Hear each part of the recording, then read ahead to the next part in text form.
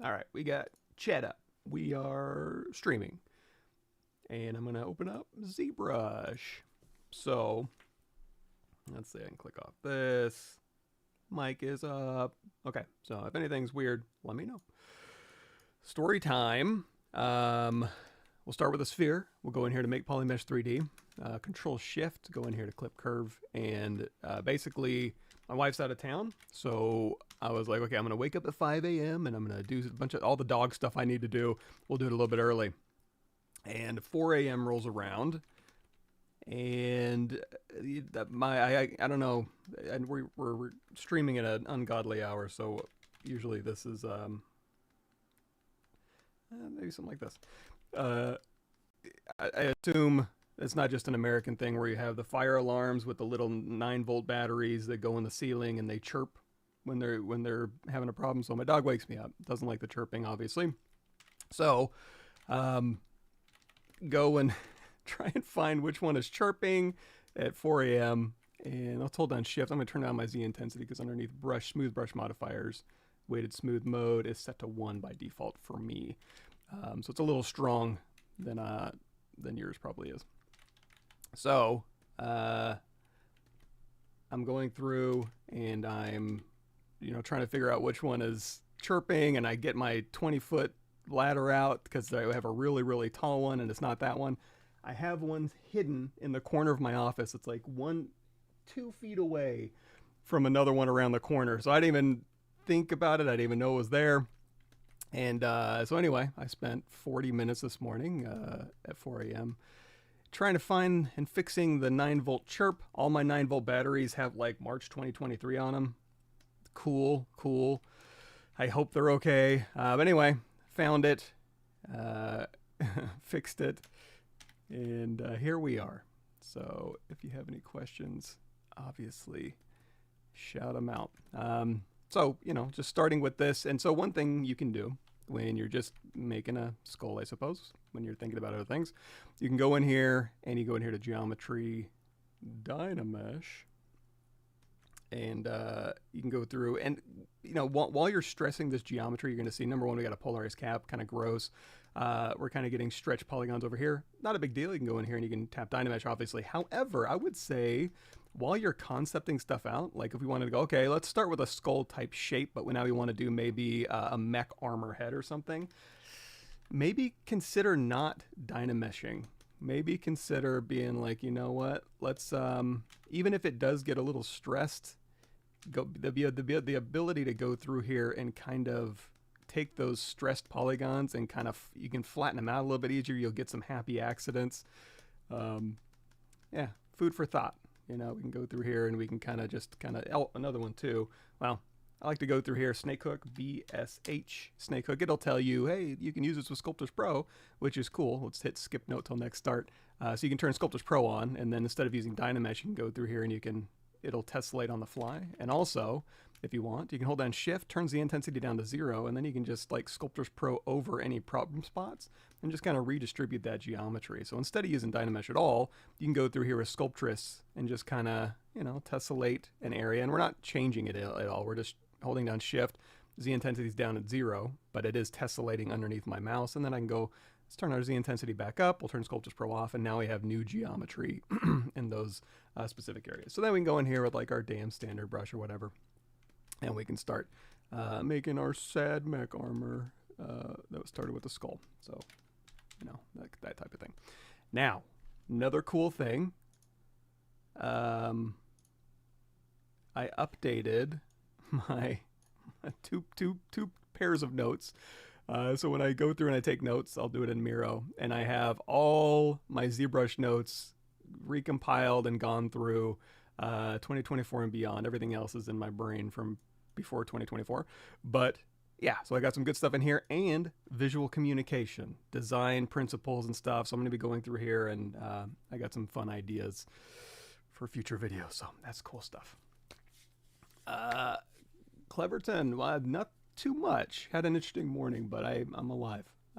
Hey, John, you. Yeah. I'm good background noise. So I don't know. What do you guys want to work on? We can let's go into my standard brush. We'll crank up that Z intensity a little bit. I'll tap L to turn off our lazy radius. If you go in here to stroke, lazy mouse, you can tap L to turn that on and off. By default, it's on at 1. It's cool. It'll like kind of smooth your strokes out a little bit, but also what I like to do is like tap L to turn it off, and then I can go through here and I can be a little bit more, confident's not the right word, but a little more forceful with my cutting, my standard brush cutting. So, you know, if I want to do a thin cut, I'll go in here with like damn standard. If I want to do a slightly more boxy thin cut, I'll go into my Orbs Cracks, which you can download off the internet. And again, this is still pretty low res, so even a standard brush at a fairly high resolution is totally fine. If you want to do a little bit of a thicker cut, you can go in here to like your clay buildup or clay tubes and then just crank that intensity up. Also chisel brushes, color. BC, and you can go in here and you can play. Where are they at? Chisel rect. No, chisel. There you go. Chisel brushes have some good ones. Drag rect. Really? This should be on dot stroke. There we go. Okay, so anyway, go back to our standard brush here, and let's kind of explore some shapes. What's cool shapes? This is kind of a cool little thing here, and he's got kind of a boxy jaw. Do we like that? Another thing too, when I'm using my move brush, y'all know this. Go in here to Acu Curve. So regular curve does the kind of the soft move, and then if you turn on that little Acu Curve under brush, Acu Curve, you can go through here and you can kind of pull things around. You can also do like a BS spiral, BSJ. You can go through here and you can kind of have some fun spiraling effects. So this will kind of give you a little, that kind of alien look. Hello, my name is ZapDorp. I don't know. I like me. I mean, alien stuff's cool, don't get me wrong, but I like to do a little bit of a weird, aggressive, mechanical stuff. Spiral kind of detracts from that. So another thing too is you can, Damien's standard brush we talked about, you can go through here and you can cut in. You can also go through here and hold down Alt and cut out, and that'll allow you to kind of pull up to a shape and then just work in the round, and then go in here. And if you watch the Kiosk Mason stuff, which again, fresh in my brain because I just went through it. So if I go down here to hard surface, I can zoom in, hard surface overview, hard surface techniques and design. Here's my, oh, I gotta move this down. Here's my whole Kiosk Mason section. And I haven't gone through, usually what I'll do, this is my first pass, I call this my dump. And I'll go through and I'll just get everything in. And then I'll go through and start adding these things where it's like, okay, what's the subject in this area? So I can very quickly go through and say, okay, this is a lot of information. Now, if I want to look for something like, I don't know, I haven't gone through it yet, but this is where I'll go through and just tag information along the side. And then I'll put a little checklist up at the top. And then I'll take all of that and compile it down to something nice and concise. And then, I don't know, it's just a little bit easier to stick it in your brain. A checklist to go back to and reevaluate data, and then make cool stuff. Not too bad, Will. Hello, Bascom. Another thing too we could do is we could just load up an old project if you guys want to do some creature stuff. I do have, let me look, you know, that's another thing too. If I go to my Miro boards, got a plethora of Miros. I do have a 40K one in here. And if we go to my YouTube channel here, I'll go ahead and copy it here. So here is YouTube stuff. Here on my ArtStation 2 is a lot of ZBrush stuff. I'm taking you straight to the ZBrush What's New stuff, but if you go to all, if you want to see, like, if you see anything cool, like, hey, Space Marine, go through here, scroll down, and then you're going to have live streams and all sorts of cool stuff if you want to go through and make your own Warhammer thing. Now, one thing that the Warhammer guy doesn't have is his little buddy. So let me go in here to Load Tool, Streaming, 40K, ZBrush, and they're called Tyranids. I'm going to go ahead, you know what I'm going to do? I'm going to say Control Copy, 40K, I'm going to make a new folder, Tyranid, new folder, ZBrush, paste. Load. There we go. So we got a little Tyranid block out that we can go through and kind of mess around with if you want. And if I go look at, so here's my Space Marine stuff, and I can transfer this to PureRef or whatever.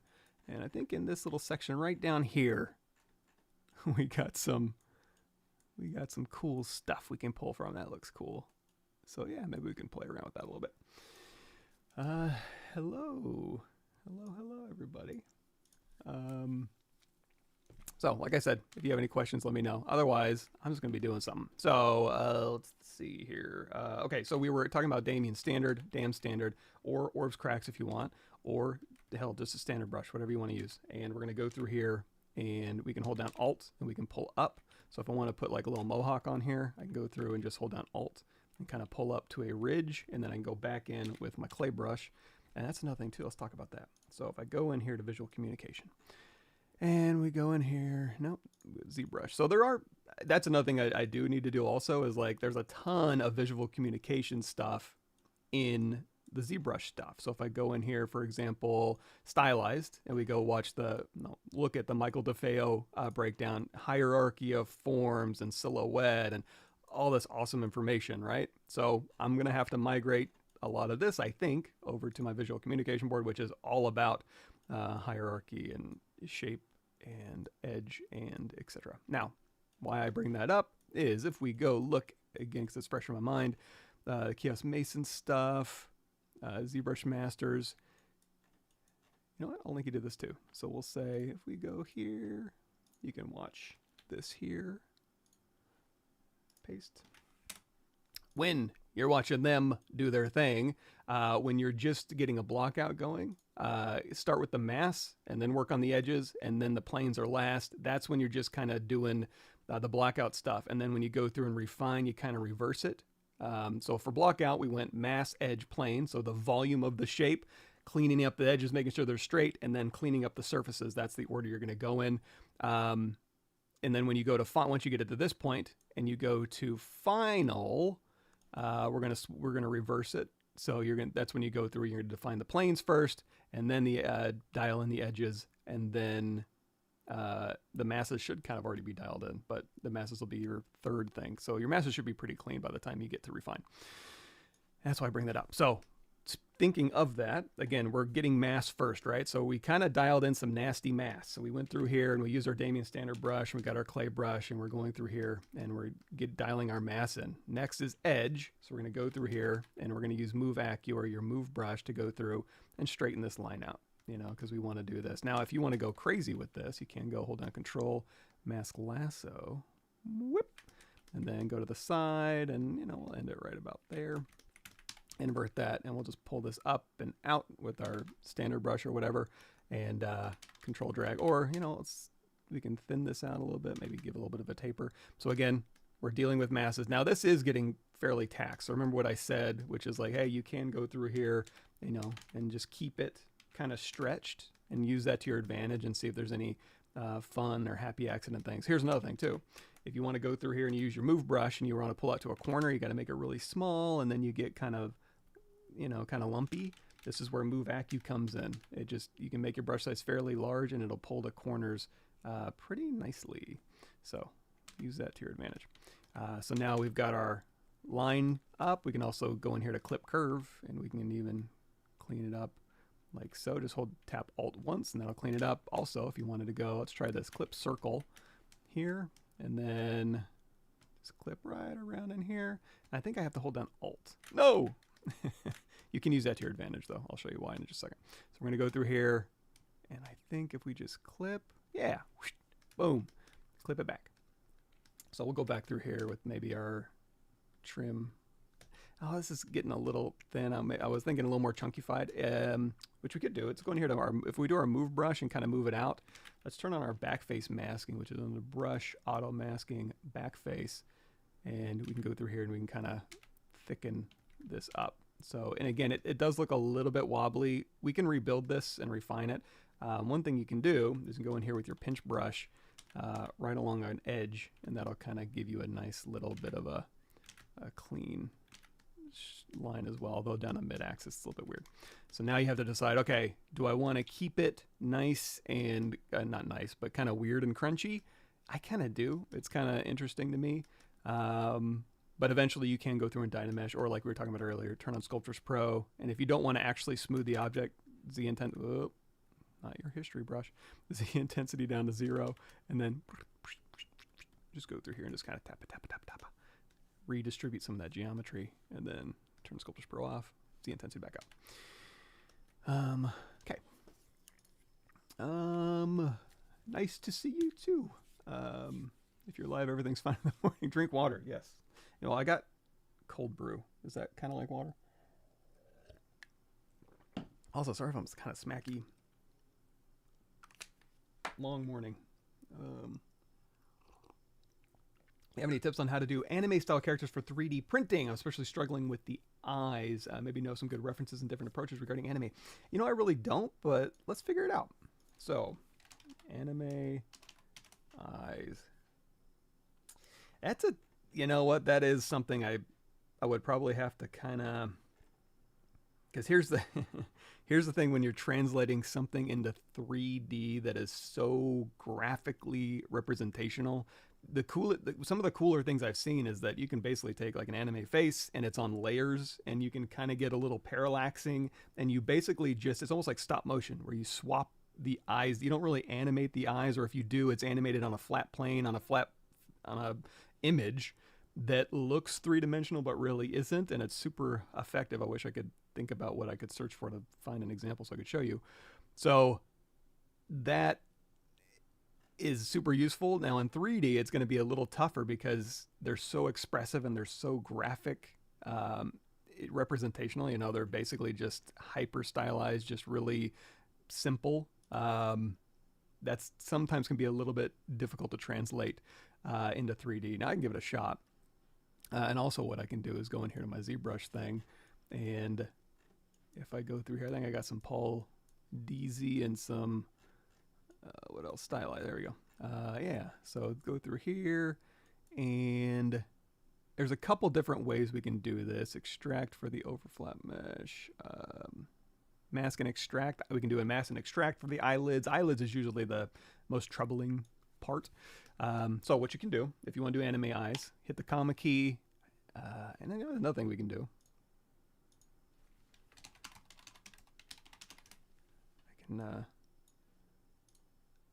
I can see if anybody, oh, you know what, that's a good point, figurines. You know what, I'm going to keep this down here just because I know some of the anime figurines can get a little racy. Let's say face. Okay, yeah, a little safer.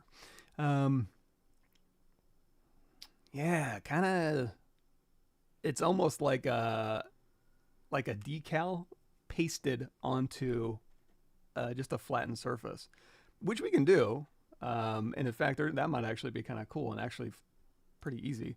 So let's say we want to make something like this. So what I'm going to do is save image as. We're just going to dump this right on our desktop. And so we have a demo anime head.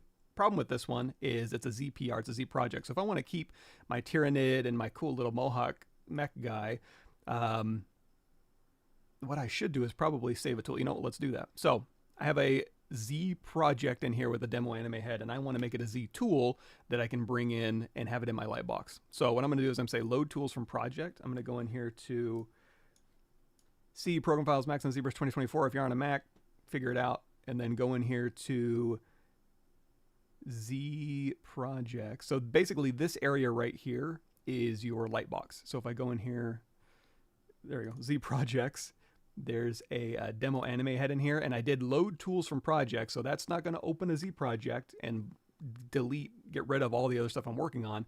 It's going to load it as a Z tool, and now I have this head sitting here. So now what I could do is go in here to tool save as. If you go to file save as, that saves a Z project. I'm going to go back into that folder. We're going to go into our Z tools folder, and we'll call this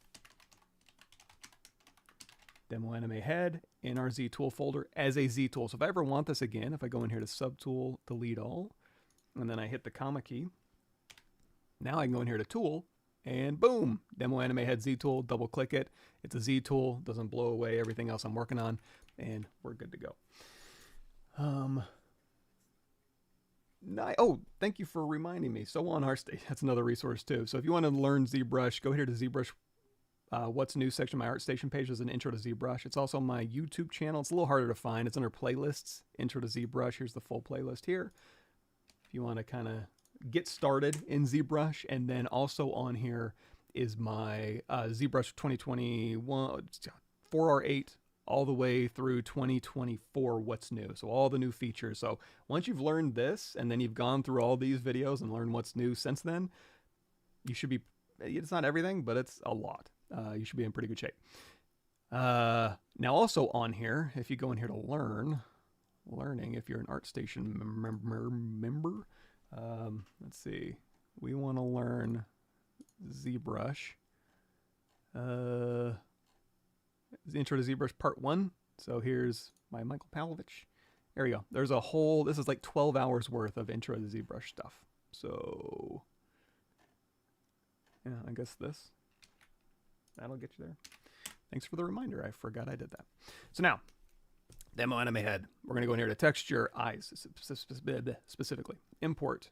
And we're going to go in here to our desktop. And we're going to say this one. So we're bringing in some reference. We're going to say texture. We're going to select that reference. We're going to go in here to plus sign. And we're going to kind of just move this into place. You're going to see where it's pure black, it kind of goes to transparent. That's a feature. If you don't like that, you can go in here and tap on intensity and just crank that to the right just a little bit. That'll turn your blacks into dark grays. So now we have this. Let's hit Z to bring this back and go out of that mode. We're going to take this in opacity. And we're just going to turn that down a little bit so we can see a little bit better. And now I can kind of put this face right behind here. Now, one thing, if you hold down Shift and start, see if I can get this right. Shift and start rotate. Okay. Hold down Shift, start rotating and let go of Shift. It'll rotate on the camera axis. Your viewing camera axis, it'll rotate along that like you're doing a barrel roll. So use that to your advantage too when you're lining up reference here. So we've got, here's where the mouth is, the nose and the eyes and the ears. I think we're in good shape. That's pretty close, right? So let's just make this face. Let's do it. So I want to lock this in. I'm going to go in here to, there's a couple ways you can do this. Movie, timeline, show. We're going to tap a little dot up there. So if I move my camera, I can use my arrow keys and snap it back. You can also turn on perspective. I don't know that it's doing us that much here, so I think we'll just leave it alone. So now the mouth is open, so I'm going to take this chin down and we're going to match it. And then maybe using our move brush here, we'll go through here. Oh, we have backface masking on. And again, if you want to, I'm going to take this over here and you can just kind of toggle this on and off so you can kind of see, am I missing anything? Are the ears positioned appropriately? Do I got enough space for my eyes? I do need to bring those brows up, right? So we're going to take this. We're going to say, let's move this up here. Turn Shift Z to turn that off. It's like, okay, we've got a nice surprised look. We've got the little nose, the tiny chin. So then let's go ahead and really.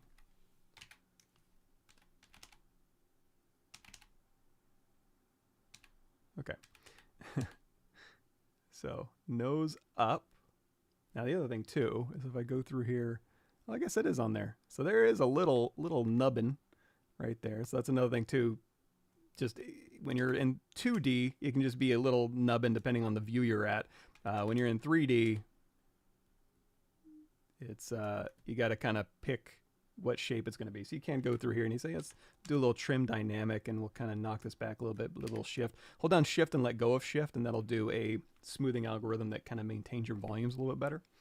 So, and then also looks like that, this is a, let's turn our Z intensity back down on our clay tubes here. Way down on our clay tubes, geez.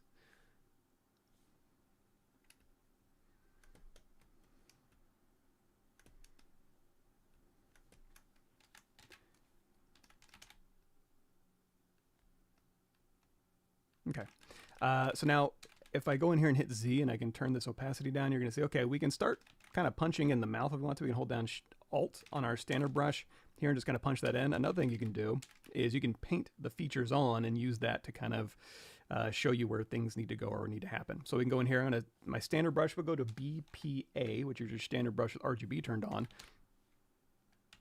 And then we'll go through here, turn our draw size up.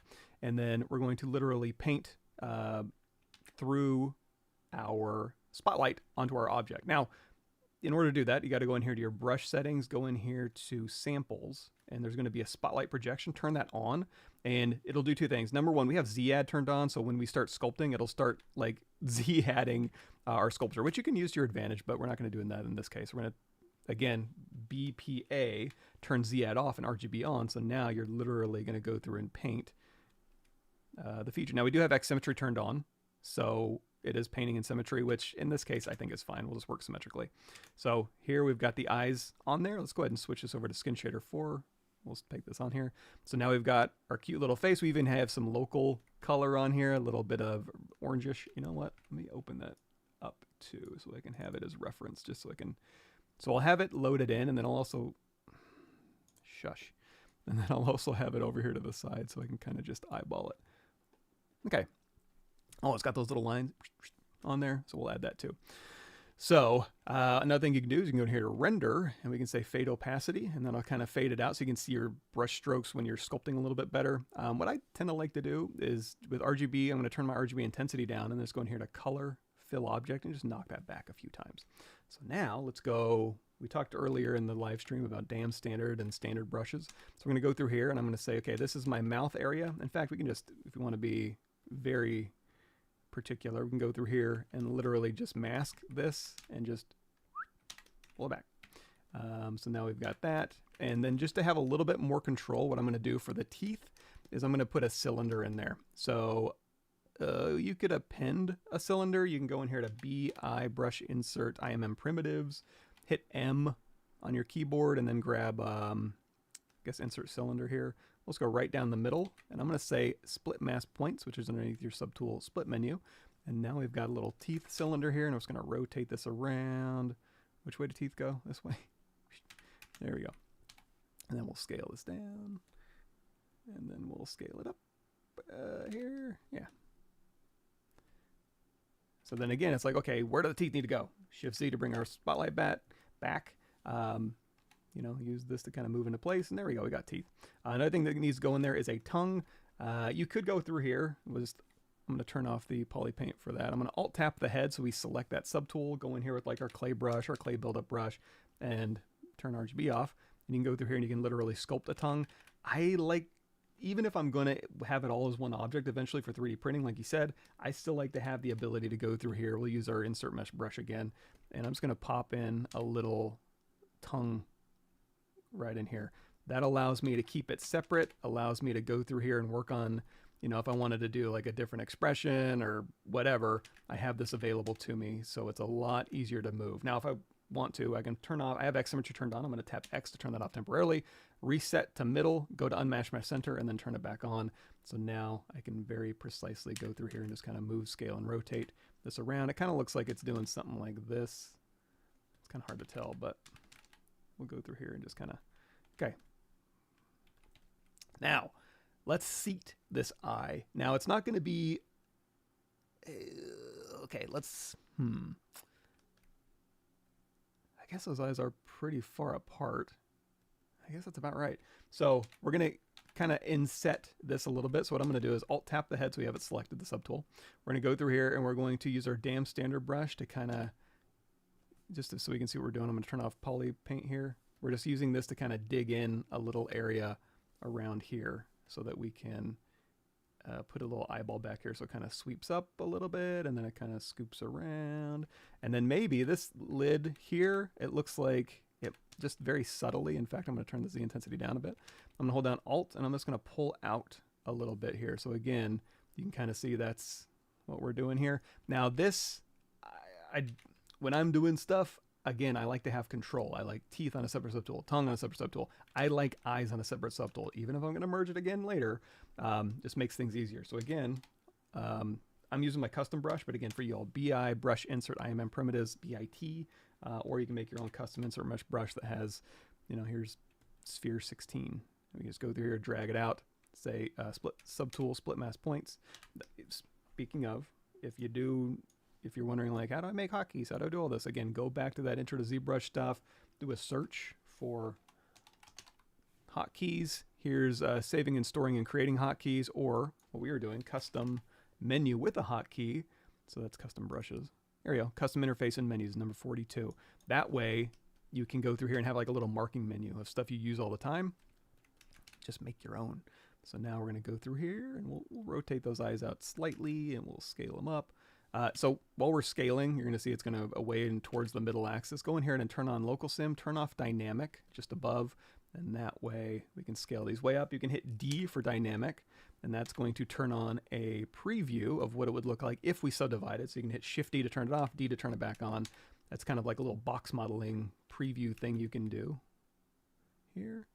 And now we've got, and again, I'm making them gigantic, number one, because they are, but also, let's go down Mesh My Center, but also because if you look at our reference here, again, it's just kind of painted on there. So just a very subtle form change is going on that eyeball spot, right? So if we tap back on the head here, I'm going to go into solo mode. If we're like, okay, this is basically our eye shape.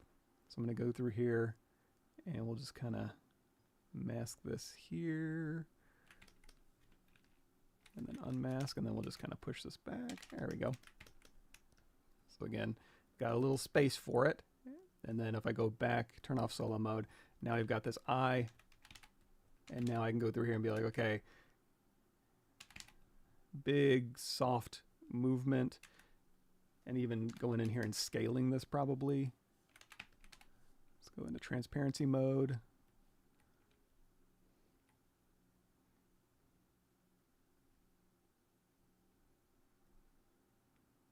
Just to get, you know, that soft fall off there, and then move brush here. There we go. So just a very, you know, as subtle as you want, but that's essentially where that eye volume is going to end up being. So now we can go through here and we'll just round this out. Let's turn on another material so we can see a little bit better. I'm going to give myself a little bit more cheek over here, and then maybe a little more eye. Okay, so we've got this. We can go through here and we can hold down Alt, and we can kind of pinch. We can kind of pull out here. You can also go in here with your pinch brush and kind of pinch this up. You could go through and ZRemesh and do whatever you want as far as a cleanup task. But I think this will work fine. Let's go into solo mode here. I'm going to kind of, again, this is going to be that form change right here. Very subtle lower lid form change. It looks very soft here. And then we'll kind of push this eye back in. So see how much easier it is to have some, you know, this soft form change and then another soft form change. I'm not having to sit here having to sculpt back and forth across those two surfaces. It's much easier. Now, you will notice that under geometry, Dynamesh is already turned on. So if I control drag again, it's going to re-Dynamesh everything, and then I can go through here and I can smooth this a little bit better. But I think what we're going to do is ZRemesh this. So we've kind of got this eyeball going. It's in place enough. Let's go through here. I'm going to drop these features down a little bit, and we'll go ahead and match. Well, I don't have perspective turned on, so I don't know that I really need to worry about that too much, but we can always just reevaluate when we get down. Now, it looks like there's going to be right on this line here. If we go back and now here's the thing. If we turn back on, because we Dynameshed without our Polypaint on, we lost our Polypaint. No big deal. Just hold down Shift Z, go back in here, reset your camera, BPA, or what I'll do is just standard brush, it's RGB turned on. We'll go back through here and we'll just repaint our features back on. So then again, drop our RGB intensity down, color, fill object. There we go. So right here, looks like there's another subtle form change. We'll go through here with our Damien standard, and we'll just kind of cut that in. And again, just so we can see a little bit easier. Go in here with a soft Damien standard brush and just, I'm not a real finesse ZBrush guy. I'm using a Wacom tablet, but if I had a Cintiq, I'd probably be a little more confident with my subtle lines here. So now I think we've got everything pretty much dialed in as far as expression, and I'm not going to be making any major changes. So let's go ahead and ZRemesh this. Once you're done taxing your geo, let's make this a little bit easier to work with. And again, I'm being a little slow and methodical, but when you're doing this, just kind of playing around, having a good time, it'll go fast. So I'm going to go in here. I'm going to turn on polyframe. I'm going to turn on fill, turn off line. And we're going to go through here, hold down control, and we're going to mask through here where I want my edge loops to go. Now, it doesn't have to be for animation. It's not like we're doing this for Pixar or anything. But just to kind of make sure that we get edges where we want them for predictable sculpting, we'll call it. I'm going to go through here and just kind of mask out along these major form changes where I do want these to be filled with different polygroups here. And probably, that's probably fine. And then also along the neck here, I'm just going to use a knife curve to give me a polygroup. So let's go through here. I'm going to do something called geometry edge loop. We're going to say edge loop mask border. That's going to go through and slice through here. It's going to give me, it's not super clean. We can clean this up, but I'm going to hold down Control Shift, grab all the purple ones. We're going to go in here to polygroups, auto groups, and then bring this back. Geometry modify topology, mirror and weld across the X axis. And now I can go through here and say, okay, I want this one and this one. Oops, let's do this too. Auto groups, mirror and weld. Mirror and weld puts the polygroups on the same side. So this is all going to be one polygroup. This is all going to be one polygroup. I'm just hitting Control W and then this one here. You could keep those concentric rings. I don't know that it'll hurt you that much. But and then also for the polygroup in the bottom, Control Shift tap, knife curve, and there we go. So now we got a polygroup. Now ZRemesher is going to want to build in these little undulations and inconsistencies in here. You can go through here, hold down Shift, go down here to your smooth brush modifiers. No, yes. Change your weighted smooth mode to 6 to groups border. So if we go, hold down Shift again, so we have the smooth brush activated, and go through here and it'll literally just smooth out the polygroup border in between two assets. You can also do this all at once. We'll go in here to masking. In fact, I'm going to isolate. This one's perfectly smooth. I don't need to worry about it. So I'm going to hold down Control Shift and just have these things visible. We're going to say mask by groups, maybe grow mask a little bit, Control tap to invert that mask, and then go down here to deformation, polish by feature. A feature is a crease or a polygroup border, and then we'll say open circle just to really smooth it out. I don't care about maintaining volumes, and just tap that once or twice. So now all of that's nice and smooth. So now we have details on our face we want to keep. Control tap that point in history to store those vert positions. Control Shift tap to bring all my objects back. Let's go in here. We'll turn line back on so we can see what's happening. And now if we go through here and we say geometry, ZRemesher, let's just say you can dial in the polygon count here. I'm going to say adapt the size down quite a bit. The lower this is, the more even your quads will be. And then we'll go ahead and say keep groups, smooth groups down to 0 because we just smoothed them, ZRemesh. And this is, again, going to go down to target polygon count of 5, which is probably a lot. We can probably go lower than that. And in fact, you don't even need this polygroup sitting here. If you wanted to, you could say, you know what, just get rid of that, and it'll just leave an open hole that we can close later. Now, instead of doing 5, we'll do half. And so we're going to go from like 104,000 down to 50. Once that's done, and again, this is going to be way too high. But it's a start. It's like, okay, that's fine.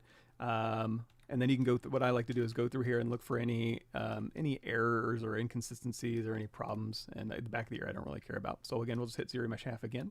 Now, while we're ZRemeshing, we're losing resolution and our verts are kind of melting. They're kind of averaging. But we're going to get our volumes back. In fact, you can right now. Remember when we Control tap to store those points in history? You can go in here to, while we're averaging and melting our verts, you can go down here to project and then say project history. And that'll snap those verts out to your original positions. Again, go, keep ZRemeshing half as much as you want. That looks pretty good to me. We'll go ahead and say, again, go back up here and project history. But now we lost all the details. No big deal. Geometry divide. Or hit Control D on your keyboard. That'll subdivide. And then again, project history. We'll turn that off so you can see what's happening. Control D to subdivide. Project history. Control D to subdivide. Project history. Come on. Keep your brain going, Mike. So now we got all our details back. We have much better polygroups. If you do have any sort of these areas, you can go to BHR. That's your history recall brush. Turn X symmetry off. And then just use camera projection and smooth to kind of go through here and just project those errors out. You could also mess around with your project distance, but I think this will be fine. So we got it. We're feeling good. If I want to, I can go through here. Hold on. Again, shift to smooth. And then I'm going to switch this back to weighted smooth mode of 1. That's smooth stronger. Hold down shift, Z intensity's down. Then I'm going to hold down shift and then let go of shift. And just kind of, because there's still some like, oops, let's turn on X symmetry as well. There's a little bit of like Dynamesh faceting in the face, which isn't great. We can also go down here to deformation. Instead of polish by feature, you can tap polish, and that'll kind of smooth everything out, give you a nice smooth look.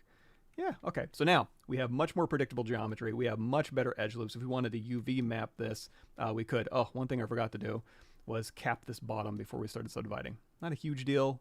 Even though we already have subdivisions, I can say free subdivision levels. I can go in here with my ZModeler brush, BZM, hover over an edge, spacebar, close, convex hole. We'll go ahead and close this up. Control Shift Tab, make it its own polygroup. And in fact, maybe I'll hover over a face and we'll do like an inset polygroup ball. Put in a little inset polygroup ball legacy.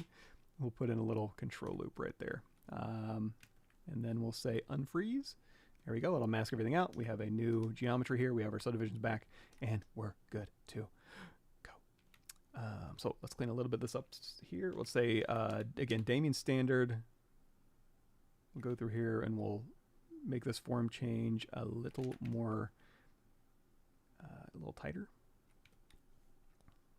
And again, if you need to subdivide, you're in good shape. Go through here and pinch. And just like when we were talking about what's, while you're refining a form, what's important, your masses are important, your planes are important, your edges are important.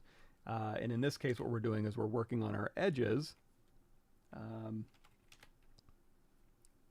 actually, as these forms change around these edges, but also remember, while you're kind of pulling stuff out and pinching, you want to look down the sides and just make sure you're not getting any wobbly stuff. You know, go through there and kind of fix that out.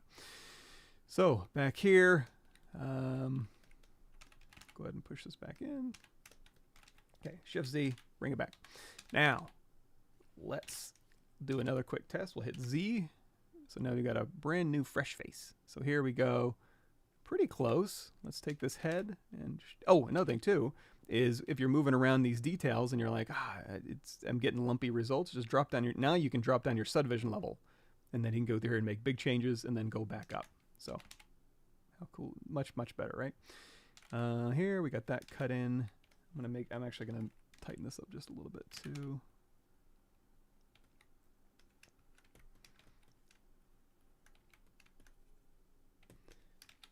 Okay, so now it's time to start painting. Now, this eyeball here, if I go into solo mode here,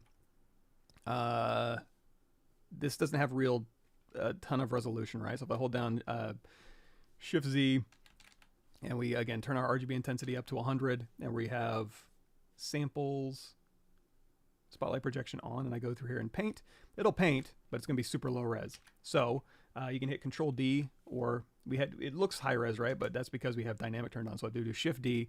That's what it's going to look like. Just to get I get rid of those polarized caps, I'm just going to do a quick ZRemesh same, adaptive side down to 0. That'll give me new geometry, and then just hit Control D a bunch of times, maybe to 123,000. And now if I go through here and RGB paint, oops, sorry, turn my pen around here. There we go. So now that's going to kind of give us an indication of how our eyes need to be painted on there. It doesn't have to be perfect, but another thing we can do is we'll switch to somewhere in here's a little toy plastic, and then here with the eyes selected. Now the highlights are kind of built in, and we can swap the highlights from one side to the other. So we have this. I'm going to say M 100% color fill object. That's going to fill. You can see the highlight in the eye is a little more intense. So now let's go ahead and clean this up. So I'm going to go in here to solo mode on these eyes. I'm going to tap. Actually, it kind of works. Let's see. So if I want to, I can go through here. I'm going to tap C to sample this dark black, and I'm going to go through here, and we're just going to do a little bit of cleanup work. So RGB turned on, 100% here, and we're just going to go through here, and we're going to clean up the black here. And so there's some highlights on here.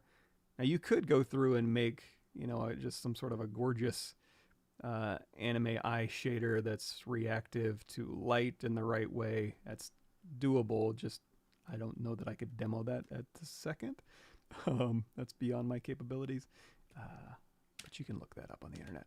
So now we're going to go through here. Now the other thing too is that the highlights on the left eye, we probably shouldn't have mirrored, right? And in fact, if you want to also, this is a Polypaint, you can go down here to, what am I looking for here? Just in case you needed it, Polypaint, we can go in here to adjust colors, and you can go through here and you can do a hue shift. So if you want like blue or black or red or orange or green, you can. And you're going to see we have brown here. Let's say we want to swap this from a brown eye to a different color, but we also have some browns in here. Now you can go through, if I go back in here to adjust colors, you can drag from here onto here and it will pick, but you're going to see it's picking up 2 different spots. So what I'm going to do is I'm just going to go through here. I'm going to mask just this eye color here.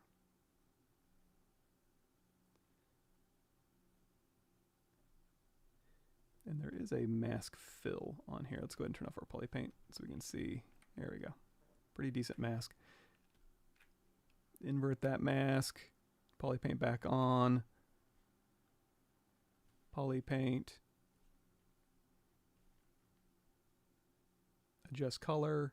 And now we should be able to hue shift this. Let's say we want to do like a green here. We can say RGB intensity, RGB contrast, saturation.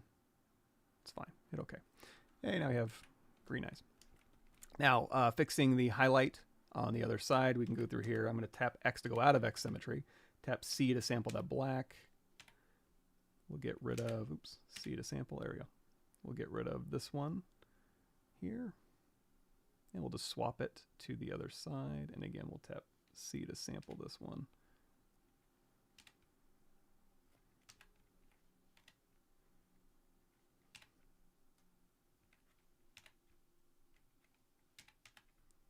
Here. Okay, so now I can just sample from here. So I can tap C over here, and we can put a big old shiny right here on this side. And then this one's a little more, not quite as white. So we're going to go through here, and we'll just tap that over there. And then again, C to sample this. And we'll actually clean up this white here. And we'll put this one over here as well. You know what I guess you could have done is slice this eye to its own object and then just duplicated it and just slid it over.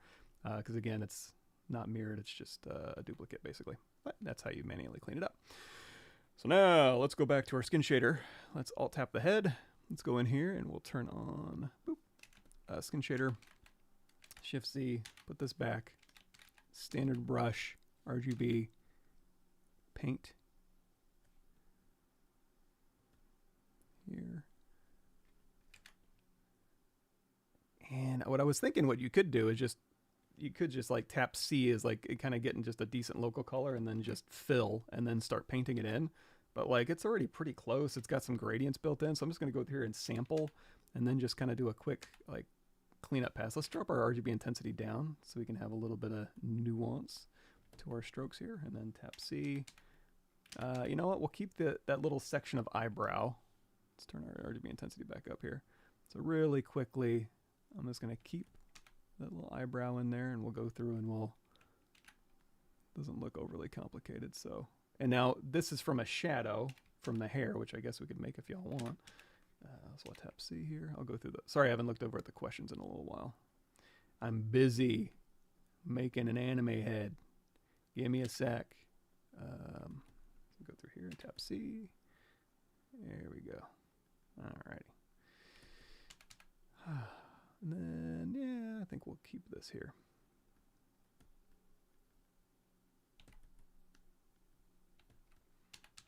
Let's tap C. Tap C. RGB intensity down a little bit. We'll kind of feather that in just a tad. Get some of these here, and then we'll turn this back up.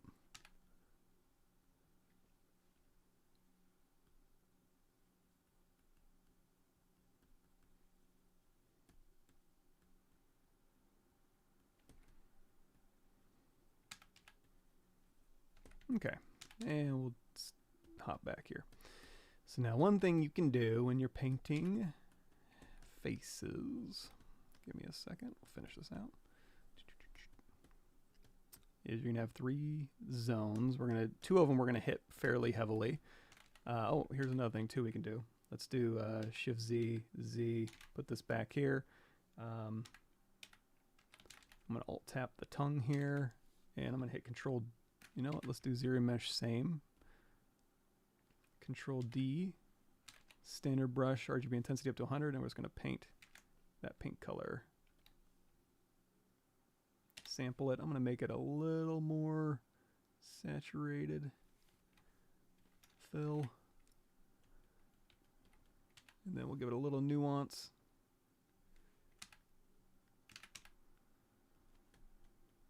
And then for these teeth, let's do this. Let's go in here and do polygroups, group by normals. That's underneath your polygroup menu. You can find it.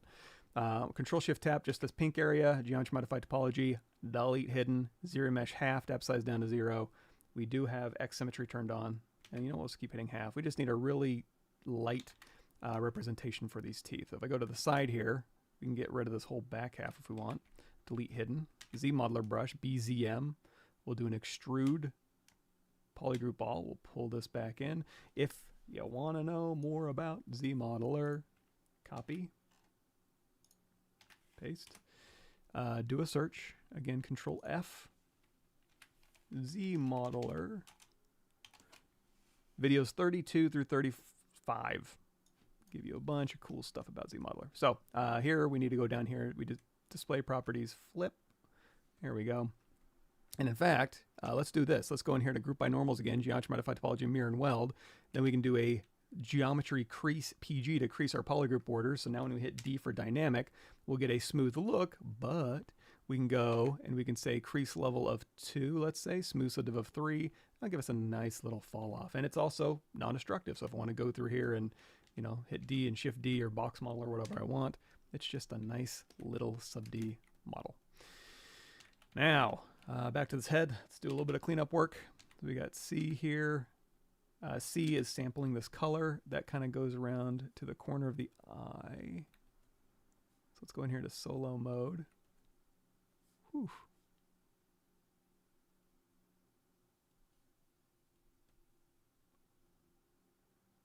I'm actually going to bring this eye forward a little bit.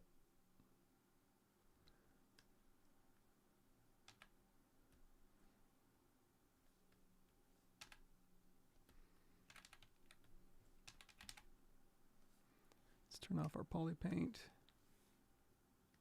Make sure everything's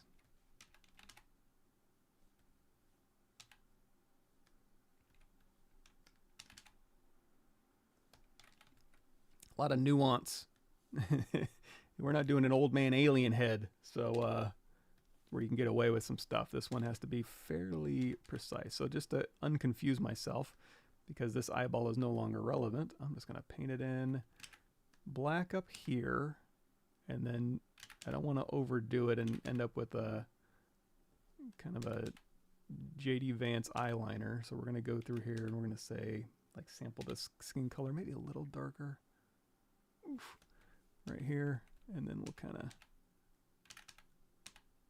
maybe we'll sample this. This is a nice light under eye color, RGB intensity down a bit.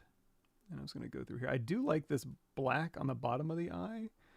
It is in the model. I don't know that it's super accurate, but I'll keep it-ish. We'll see if it ends up working.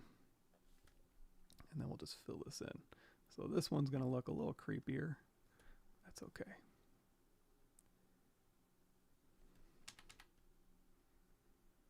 And again, I've never made an anime head. There's probably more elegant solutions to this. I don't know what to tell you. It's my first time making one. So we'll go through here, and I'm going to just kind of follow this line up, and that'll kind of give us this little flip here. And then C to sample, and we'll just clean this up just a little bit. There we go. Now, if we need sharper lines, just hit Control D to subdivide. That'll give you more resolution. And you can bake this all to a texture. I'll show you how to do that in just a second. So if you do want to like take this into another program and just have this as a texture, you can totally do that. There we go. Nice and sharp here.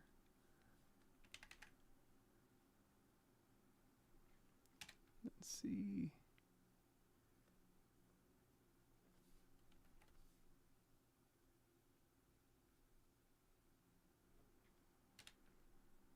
When I say C, I'm hitting C to sample the surrounding color.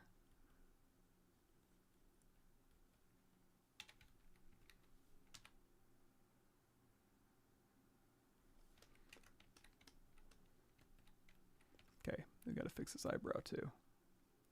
C to sample that dark brown, and then we'll go through here. And this is where you can just get into. You could even zap link this over to Photoshop if you wanted to, and use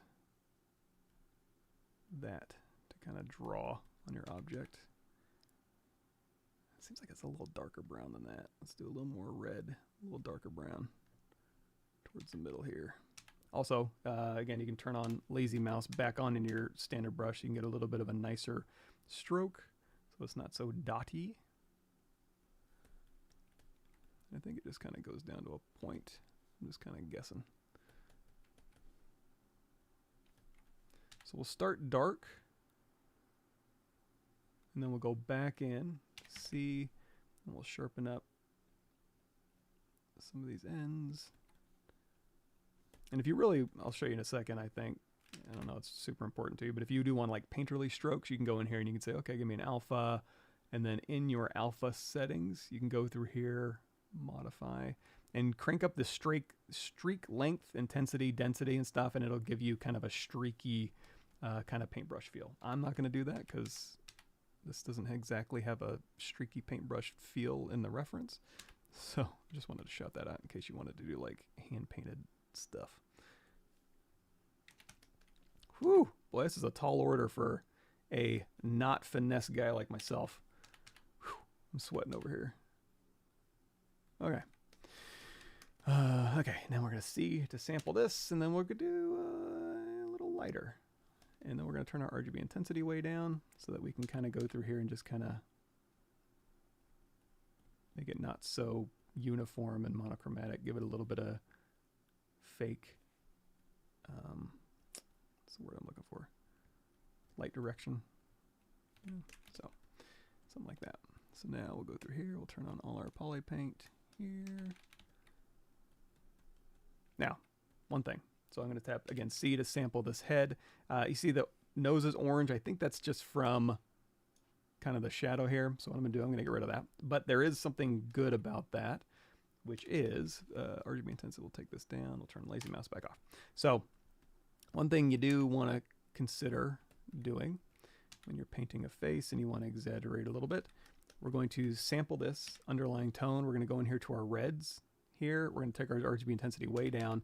Wherever you have blood pooling, so basically where the nose is and maybe where the cheeks are, we're going to kind of flush those areas up a little bit. In fact, if you go down here to your texture, alpha and texture, this Polypaint mode, you can go through here and set it to colorize, multiply, lighten, darken if you want to, and that'll kind of like a Photoshop brush. So right through here, we'll put in some reds. Now, if you wanted to also, you could go in here and like, you know, careful with this one. You could punch in some cool colors here, but if you do it too much, it's going to look like she just finished, she's been shaving. You know, so if she's like a private detective who with a cigarette and 5 o'clock shadow, you could punch that in. I'm not going to do it too much. And then on the golden zones up in the forehead, you can go through here and you can kind of dial in a little more orangey here and then a little more reddy here. There we go. Maybe the ears too. There we go. So there we go. Oh yeah, and then we have, let's take our light. There we go. So we got a shiny eyeball, which I guess we could also put in with our tongue here, and then also painting in here. So let's alt tap here. Let's say C to sample that dark red color. Standard brush, RGB intensity up a bit. There we go.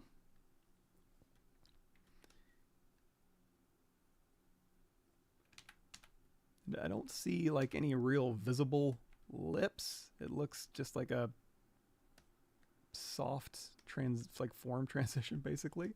But what I can do is hold down Shift, turn off Polypaint. We'll go in here to green material. I might do like a really soft, we'll do standard brush with our Z intensity down. Or maybe, you know what, inflate here. And we're going to turn on our lazy mouse with our inflate.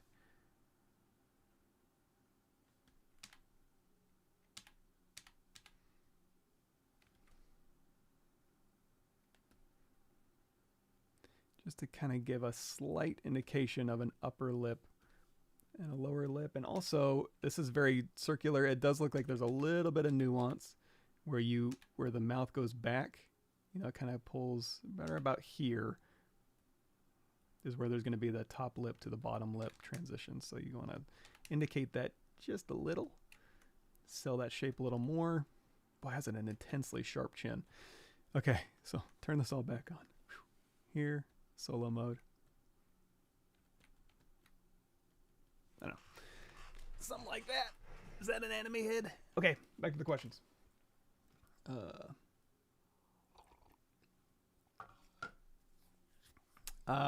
It is a personal resource right now, but once I get things consolidated from a bunch of different sources, once I get things consolidated and look, I look for patterns. So, you know, fundamentals of character design with the Seneschal visual design basics, Mike Hill stuff, you know, CGMA stuff. What else I got in here? Art of composition, vehicle. I mean, I got so much stuff in here, man. Vehicle components. So one thing, I guess we can talk about this. You know, you have visual design, which is like, you know, 70-30 basically, hierarchy of shape. That's a huge part of visual design. However, there's contextual design, like how it works functionally, and then also thematic design. So while you're learning about like, hey, this is where you should group your details, and this, if you put details here, it'll indicate functionality and give yourself an eye flow through your composition or through your piece, areas of rest that can like bounce back and forth between two visual areas of interest, etc., etc. That's all this stuff. However, when it gets into functionality and believability, that's where you need to get in contextual. And then when you start doing storytelling, this is where it's like, okay, what year was it made in? What type of personality is using this, or what type of character are you making? What's their story basically, or what's this object story? That's where this comes in. What materials are made of, what manufacturing process, and then contextual is like functionality. So once you figure out where you put your details, you can go in here, and then this is more on the functionality side, which is why do things look the way they do? You know, lightweighting, you know, why are things lightweighted? For safety. And this is really interesting too, like perception, user experience and expectations, where it's like, hey, if you lightweight something and make something too light and the user's expecting something that feels heavy and sturdy, they're not going to like it as much, because heavy means expensive, and good quality in their brains doesn't necessarily mean it's true. So it's kind of a little bit of ergonomic, a little bit of cost, a little bit of efficiency and movement. If something moves, it needs to be light as possible within the expectations of the user. So, and also all the really cool ways you can lightweight, depending on era. If you're making something from the 1950s, it better look like this, because if it looks like this, it's out of Transformers, it's not going to be thematically correct, right? Yeah. So, you know, why do things look the way that, you don't have to be an engineer, but you do need to think about, if you can, start branching out a little bit into contextual and thematic design.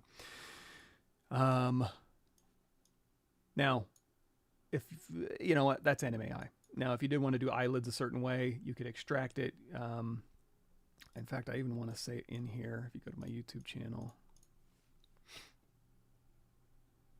if you go to the little search bar, eyelid, I think we do eyelids in here. Yeah, we sculpted a little cupid basically, and in there you can see you can make the body for this if you'd like. No problem. Well, hopefully, you know, I'm going to keep making content, so keep your eyes peeled. I like making stuff. Yeah, a lot of tricks in that document. A lot of them are in my head. It's just a matter of keeping them in the right order so that you can have elegant solutions for when you're problem solving. Kind of like we did this morning. I don't know what I'm doing. I've never made an anime head before, but we figured it out. What I do, anime eyes is make a poly group and soften that area. Yeah. So once we have the poly groups here, that's a good point. You can use these to your advantage. You can Control Shift tap these and go through here and do a polish by feature, a polish, and use your poly groups as a way to help you change, basically form change. Z-sphere rigging to pose my character. If I start with a base mesh, I got you covered. Now, Z-sphere rigging,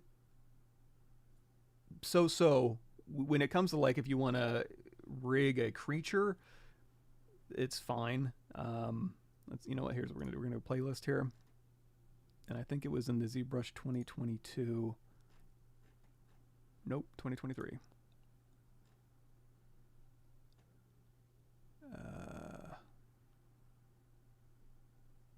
2023, geez.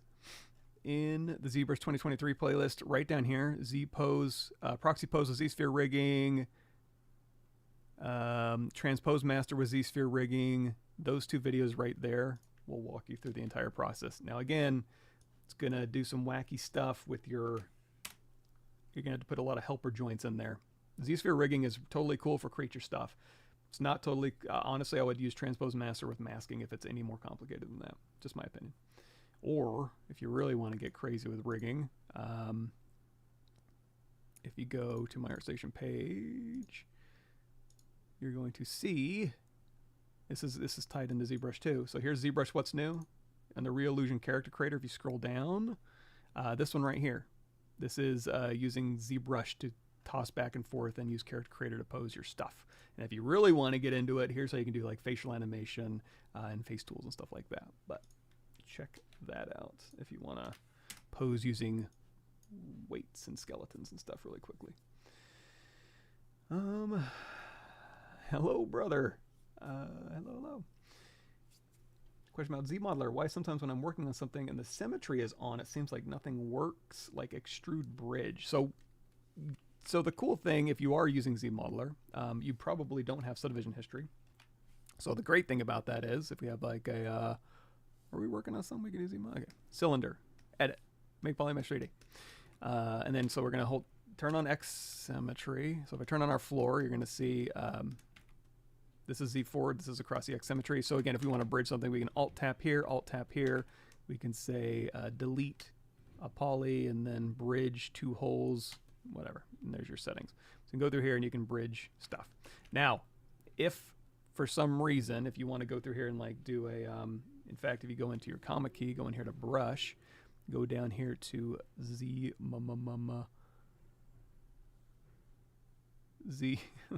ZModeler, you're going to see there's a ZModeler slice and a ZModeler topology in there. You can load those up, and I have them auto-loaded on start. So when I go down here, the coolest thing about ZModeler is instead of setting a hotkey for ZModeler where it's like, I want to extrude a face, you have face actions, you have point actions, you have edge actions. You can save out, you can set these to whatever you want, and then save out a version of this brush save as, and then you can assign a hotkey to it so that when you want to like slice through something, you can hit a hotkey, and now you have slice mesh on edge, slice mesh on point, and slice mesh on face. You can actually switch this to, show you a trick, poly group, fill, stop at creased edges. So now what you can do is you can go through and say, okay, I'm going to slice here to this point, to this point, to this point, to this point here, and then you could fill, it's not letting me, let me just finish this thought. And then you can just fill and it'll stop at the creased edges. Now, you're going to notice, just like you said, if I have X symmetry turned on and I'm trying to go through here and like slice stuff, it's telling me non-symmetrical, operation canceled. That's because slicing is not a mirrored operation. So what I'll tend to do is I'll turn off X symmetry temporarily. If it's giving you any crap, just turn it off. Tap X on your keyboard, turn it off, go through here, do what you need to do, poly fill. And then now if you do go through here and you do a geometry modified topology mirror and weld across the X axis, it's going to mirror negative X to positive X. So you need to go into deformation, mirror across the X, mirror and weld across the X, and now you're the same on both sides. X symmetry turned back on, and now you should be safe to go through here and do mirrored, you know, if you want to go like inset, oops, inset, polygroup all, legacy, go through here and inset this, and then, you know, Q mesh, polygroup all, whatever, and hold down shift and pull this out, whatever you want to do. Yeah, so long story short, you don't have to work in ZModeler and Symmetry. Go out of Symmetry, do what you need to do, and then just mirror and weld your changes back over. And the good news is, since you don't have subdivision history, mirror and weld should work fine.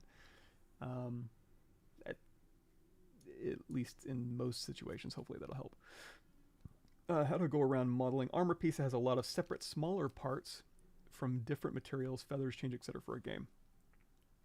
So we have modeling an armor piece, and it's got smaller parts with different materials. Oh, gotcha.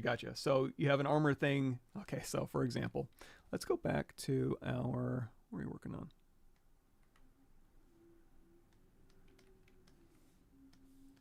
A little Tyranid here. Let's say, this will be cool. I'm going to do a, let's do a, sorry, I'm like lean to the side. Is my face even on the camera here? Hey, everybody. Let's go in here to merge visible. That's going to merge all of my subtools into it, spit it out here. And then I'm just going to append that back into my stack. If you want to get that out of your memory, just click back here, say delete all. So now you've basically merged everything and then put it down at the bottom of your subtool stack here. With this one selected, I'm going to go through here and do a, if you drag from the Dynamesh resolution slider, it'll pick the resolution it's at. I'm going to go ahead and keep that pretty low here. So now we've basically duplicated everything off and we've ZRemeshed it. So what I'm going to do is give this, like you were saying, chainmail. So we're going to go through here. We'll give him a little chainmail shirt. So I'm going to hold down Control, Mask, Lasso. We're going to take this whole top part here, actually right about here, let's say. We'll hit Control W, Control Shift. So when I hit Control W, made it this section its own polygroup. Control W, delete hidden. I'm going to do a quick, I'm just going to do it in my custom menu. Deformation. I'm shouting it out. So when I say deformation, that means you poor schmucks have to go through here and figure out, you know, deformation, whatever you're looking for. I just got to go to my custom menu and say deformation, polish by feature, open circle, tap a couple times, smooth that out, X symmetry straight on, ZRemesh half, depth size down to 0, ZRemesh. You know what, we'll do this, ZRemesh half. Now depth size down to 0 is important because I want to make this into chainmail, right? So if I go in here to, for example, there's a couple different ways you can do chainmail, but one of them is geometry.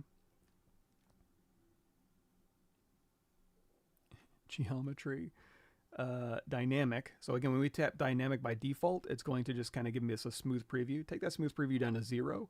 Go in here to micropoly, and we'll just swap this out with like chainmail. And it looks like we got a little extra piece over here. So I'm going to do Control Shift. If we turn off micropoly off,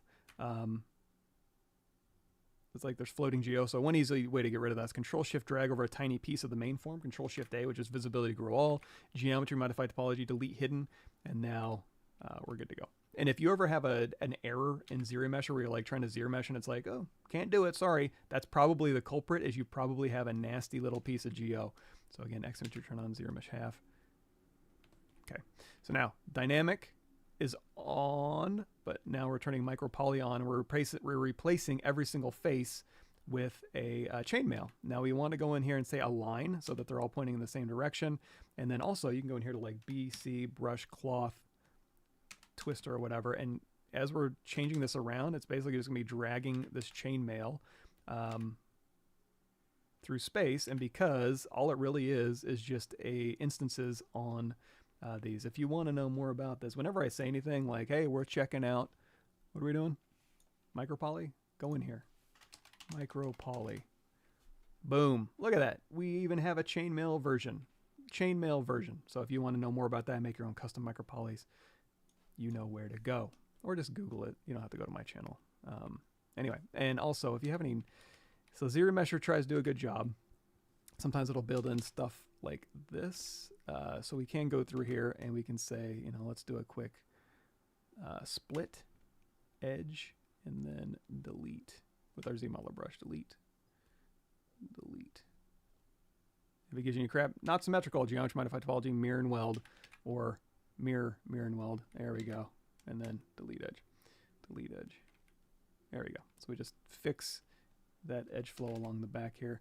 Now, the whole point of doing ZRemesh at a very, where we did ZRemesher with the depth size down to 0, just so we get as even quads as possible. But it's going to be touchy. It's not going to be perfect. Let's go ahead and say, I'm going to actually bridge these 2 points here. And then we're going to say, I'm just going to get rid of these here. Delete. And then we're going to say, delete this edge. Let's just collapse this one. Collapse edge. Oops. There we go. Something like this. So again, we try to get nice even quads so that when we go in here and we turn on micropoly, we have this beautiful chainmail. And then if you really want to like sculpt on this chainmail, you got to go in here and say dynamic apply. Now be careful, when you turn dynamic back on, it's going to turn micropoly back on. So now we have a billion polygon mesh full of chain links inside of chain links. Turn micropoly off. There you go. So this is real geometry now. If you hold down shift and smooth, it'll smooth the geometry out. You can hit D for dynamic and have smooth subdivision on as a preview. So now you can go through here and you can do like an inflate or a deflate or whatever. Now, to get back to your question of how do I make this for video games? Because right now this is 66,000 polygons for this chainmail. Unfortunately, or fortunately, not really that fortunately, you got to get creative. So that's when you need to go in and be like, okay, just like we had with our micropoly, maybe you need to go in with, instead of actual geometry, you bake this to a texture with opacity, and then you have just a cheap plane that looks like it has a normal map, and it looks like it has a material, and it looks like you can see through it, and maybe you render it double-sided, but it's just rendering a plane as opposed to 66,000 polygons worth of chainmail. So long roundabout way to show you all how to do chainmail and ZBrush, but have it basically not be usable unless you bake it out. Now, having said that, if we go back to where we just had this here, let's go into Z plugin, and we'll go in here to UV master. I'm going to say symmetry polygroups on unwrap. So then if we hit flatten, you're going to see that's what our UVs look like. So now we have UVs on this bad boy. So let's go down here to instead of. So this is what I'm doing. I'm going to say dynamic. I'm going to give this a smooth preview so it looks nice and smooth. And then I'm going to go in here to surface, noise. Let's go ahead and frame it. Right now, by default, it has just this kind of bumpy noise. You can go through here and you kind of play around with this and get some cool effects. We can also go in here to noise plug. I want to say...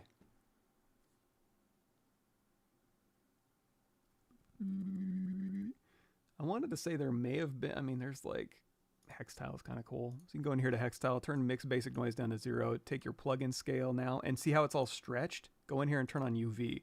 So now it's using your UVs, and now you can go through here. And in fact, if you so inclined, you could say, let's reset this. Let's take our offset here. And let's flip horizontally. There we go. So now if I could say, okay, now you have kind of what I was talking about. You have a plane with a texture applied. If you move the plane around, it's going to look like, oh, wow, you've got this really high-res chain link material on here. It's not really. It's just a plane. If we turn noise off, this is all it really is. But it looks high-res. So that's kind of a solution that you could use. Now, this obviously isn't chain link, so we got to go back in here and edit. Let's turn noise plug off. Let's go in here to our alpha. Just click this little alpha button. Let me see if I can find something.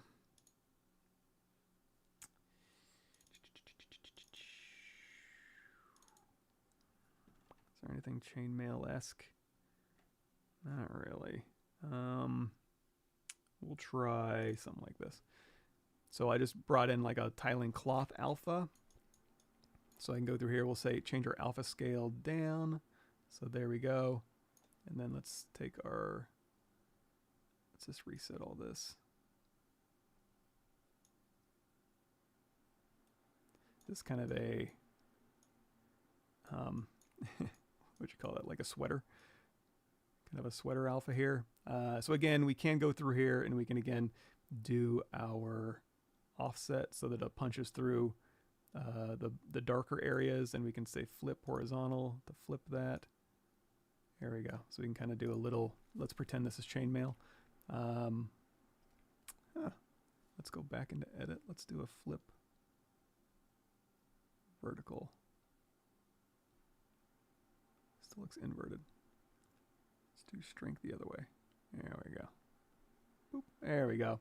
So again, just a texture applied to something that's actually just a plane. And you can also, here's another thing too, if you use your move brush, you can go to the side and he's like, let's move this out.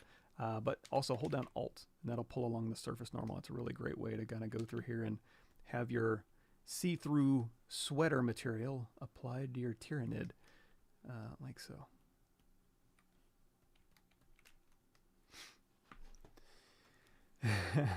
Ooh, medieval Tyranid. Now we're talking. Now we're getting into this part of visual communication, which is thematic design. Now we have a time period. Now we have, you know, what part of medieval is it going to be? Eastern, Western, France, or Great Britain, or, you know, you can. That's where thematic design comes in.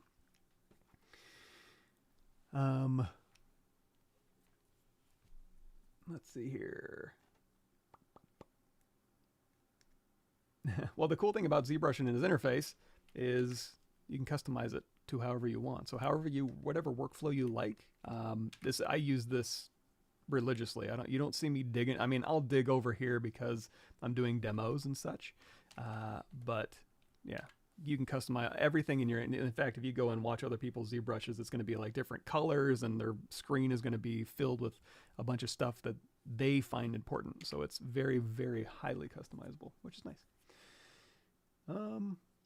Also working on a complex robot with lots of parts. After closing the project, reopen it. Some of the small details have been merged. I've had that happen on export, where I'll have two separate objects and I'll export it out, and they'll merge on export. I haven't had that happen in ZBrush, but one thing you can do if you're working at a specific scale, you can go in here to Scale Master and you can do a ZBrush Scale Unify.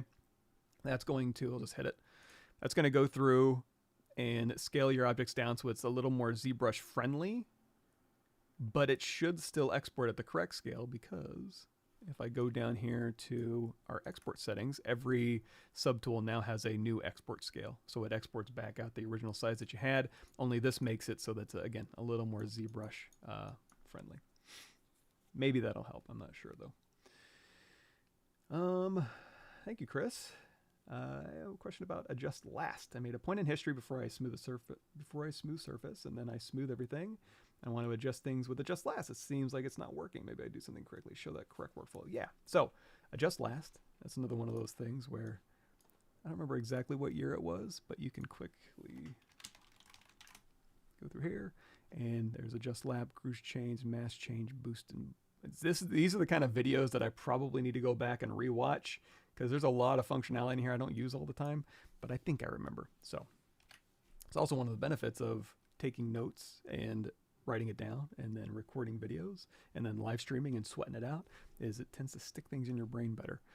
Not all the time though. So you know what, let's do this. Let's go back to our anime head, and we're going to go through here. We're going to make this one, maybe put some horns on here. So let me make sure I'm answering the question. So made a point in history before I smooth the surface, and then I smooth everything and want to adjust. So let's go through here. I guess, you know, we'll use this guy. He's a little more lumpy. So before I smooth the surface, so here we're going to say Control Tap the latest point in history, and that's going to store those vert positions. So then I want to go through here, and I'm going to like go through, and I'm just building up history, right? So shift to smooth, shift to smooth. Now you can, if you go through here and like BSH, you can go through here and it's like, hey, I just made a change. You can go through here immediately and just adjust the last one. But if you have a history point stored, it's going to adjust last from that stored point in history. So again, if I go through here and make this change and then do a lot of smoothing out, go through here and do some, you know, clay buildup or whatever, all the changes that I've made since I hit that history button are going to be adjusted. So if I go through here again, all of these changes, everything I've done up to this point, you should be able to go in here and adjust it back down to nothing, invert it if you want, over crank it if you want. It should So on the left is all the places I smoothed, the horns I just made. It should just adjust everything we've done. So that's the basic functionality. Now, if something tells me I smooth everything and I want to adjust things with adjust last, that should be the desired result. Now, I will say one thing you should probably do. Let's go back to this point in history. We control tapped this to store it. Also, what I probably would do is go down here.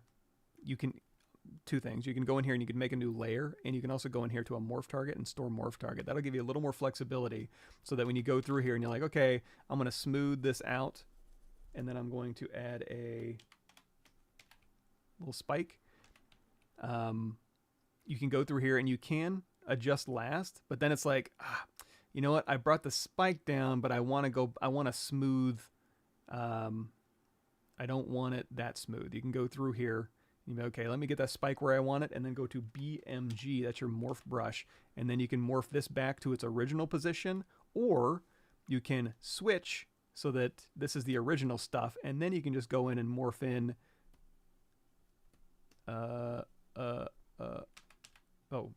BMG. You should be able to morph in the change. Let me get rid of that point in history. Okay, that's what it was. Here's another interesting thing. If you have a history point stored and it is the same vert order, morph brush will look at that history point and morph back. It's an awesome tool. It's really, really useful. But in this case, wasn't so useful. So again, BMG, I switched, and now I can use my morph brush to go in here like, oh, I want to morph back my little nubbin. And then also where I smoothed, maybe I just want to morph in, you know, maybe just on these edges. On this right edge, I can go through here and I can morph, you know, those little changes back. So you can be very picky and choosy about what you're doing, if that makes sense. Yeah, he's ready for a little hot toddy. And what's that? Mulled wine. Christmas mulled wine with the Tyrannid in front of a roaring fireplace in the UK medieval time. Now we got a story going.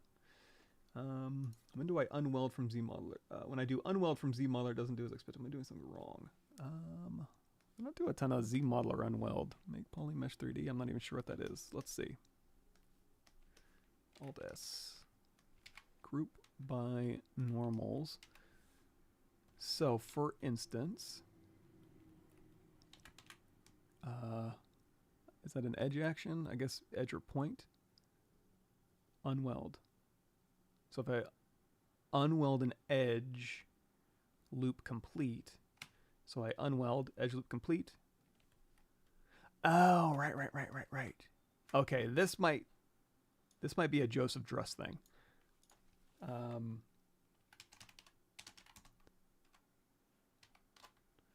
I never use this, but I've seen poly unweld. I've seen Druss use it. Wait. ZModeler brush selected. Hover over a poly and press spacebar to open up the ZModeler poly menu. Locate the unweld action. With the unweld action selected, you'll see two targets, polygroup island and poly. When using this action, ZBrush will look at the selected target, then unweld that surface from your model, apply creasing to the outer edges, and then apply a set of polygons to the borders to hold the shape when using with dynamic subdivision. So if I come across anywhere on this actual poly group here and simply click, you'll notice that you see a visible creasing that's established along the edges, and then unseen right now, if you hover at the top here, you'll see a border polygon has been created all the way around the surface. So if I come over here and activate dynamic subdivision, you'll see that this area here has now navigate down to the model. Now with the poly grouping reapplied, I can hover over this part of my model here, hold Control and Shift and click, and isolate that geometry island. Actual transpose island action. So this will allow you to come through and generate these areas on your mesh using that unweld process. With the dynamics, the QMesh action. Okay, I think I got it. It's funny. If you watch Joseph Druss videos, you'll see him say the word actually quite a bit. So if you want to go through here, let's do a quick, we'll do a Z-sphere, make Polymesh 3D, X symmetry. We'll do ZRemesh half, depth size down to 0, 0, 0, 0.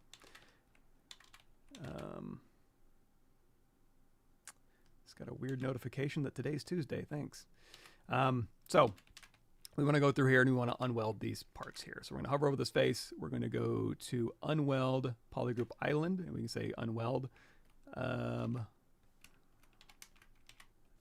There we go. Oh, I wonder if that was it. So if you have, so you can alt tap and you can go through here. Now, if you do unweld polygroup island, it actually unwelds every single individual piece. But if you go through here and you say isolate this, hit Control W to make it its own, let's make that more obvious, make it its own polygroup, then it works. So if that's what's happening, don't use it with alt tagging. It's going to treat those as individual faces. So now that we've done that, now we can hit D for dynamic, which we did earlier. And in fact, if you just say Shift D, let's do Control Shift A, you can see we have these edges aren't creased. An easy way to do that is just to go into your, again, group by normals, mirror and weld, and then I'll put it the same on both sides. And then we can just do a crease PG that's going to group all of your edges. So now you're going to get, when you hit D for dynamic, these edges are going to stay sharp. Now, unfortunately, this one didn't, but you can go through here and you say, again, group by normals. Let's do a mirror and weld. Let's do a crease PG, and now you'll maintain those sharp, crisp edges. And then again, like it said, let's go through here. Let's do this. Let's do an auto groups, mirror and weld. You can hit W and just control tap this polygroup, and then you can just move it like this, or like what Druss did. You can go in here and you can say mask polygroup all. No, he did transpose, didn't he? You can go through here and you can say transpose polygroup all. Boop. And then beep, boop, beep, boop, beep. Do your little hard surface modeling. I might use that more. Thanks for bringing it up. I forgot that unweld was a thing. Druss is awesome. He is the greatest guy to have a beer with. Nicest guy in the history of Joseph Druss. He's amazing. Especially on the ZBrush. Like, if you guys think I'm good at ZBrush, fucking Druss and Gabry are miles ahead of me. Yeah, should work this with layers, introduce change to polysymmetry. Yeah, that's, again, morph targets and layers. You can do quite a bit of little fancy footwork and kind of balancing. No. It's whenever you're watching Druss, he'll say the word actually a lot in some of those older videos. It just makes me laugh. I probably do it too. I have my own quirks. Mirror and weld. Oh, so mirror and weld would weld points that are too close. That shouldn't be a thing. I'm hoping that when you do a Scale Master ZBrush Scale Unify, because if you're working at like microscopic scales, I could see it welding, but that shouldn't be normal behavior. That's a bug if it's doing it. Sorry about that. Cool. Okay, so we got some options here. What time is it? Oh, we got 30 minutes. So get back to our guy here. This is where we can start going through here and, making, so right now we're just making kind of rough design changes. But if we wanted to go through here and start refining pieces, we can. And there's a bunch of different ways we could do that. But I'll let you all dictate what you want to learn about. I'm just here so I don't get fined. We got that connected here. It's got kind of a weird face. Let's go in here and kind of, we can make him look surprised, make him look angry. We can make him look dead and emotionless. Stern observer.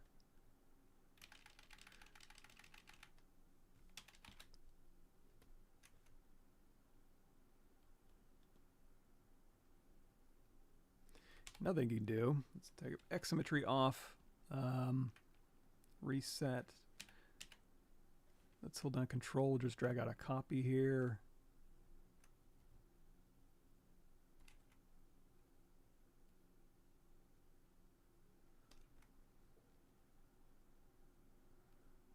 You can do like a little kit bash insert pieces, see if anything kind of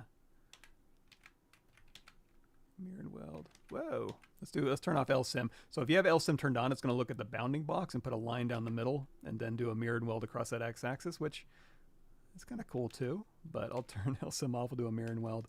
There we go. Now we've got kind of a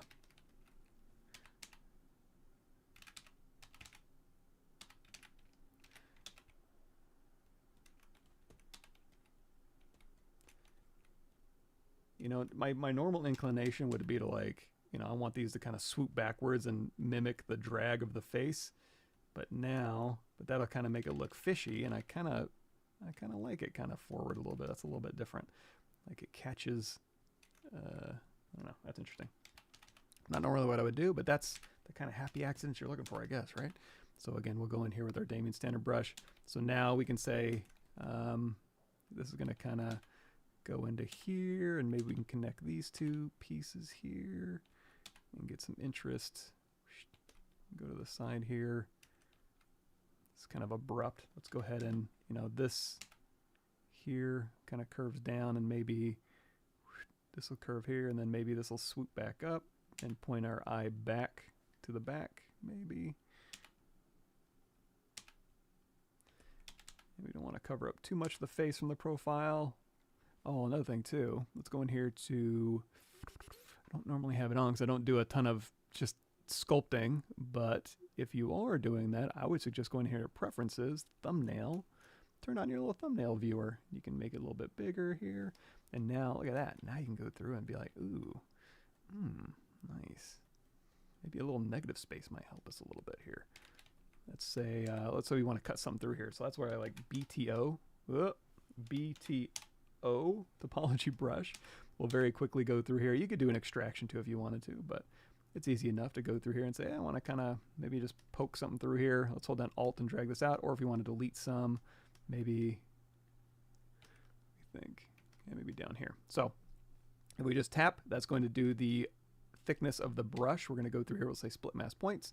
And again, we're going to do a quick group by normals, geometry modified topology, mirror and weld. We're going to go through here and say Q mesh, polygroup all, hold down shift, pull along that surface normal. And now if we punch all the way through our object, let's go ahead and rotate this through a little bit here. And we could actually hold down Alt and just tap, oops, here, and then just turn on LSIM back on, and we'll scale this through again so it punches through. And if we want a nice clean punch, one thing we do, because we have polygroups on all sides, we can say increase PG, hit D for dynamic, and that'll go ahead and punch this through. Let's turn on live Boolean. We'll put this below, and we'll turn on subtractive. So now we have, again, this is a live Boolean. So there's another way you can go through here. And again, just look up here, and you can see, hey, does this look cool, or does this look cool? Does it do anything for me? Not really visible from the front, but you know, we're working in a 3D model here. So control drag up a copy, rotate it around, punch this out. And now we're just kind of playing. We're just kind of messing around, getting rowdy with shapes.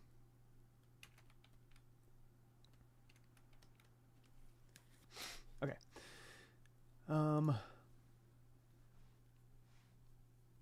Yeah, remove the extra stuff inside.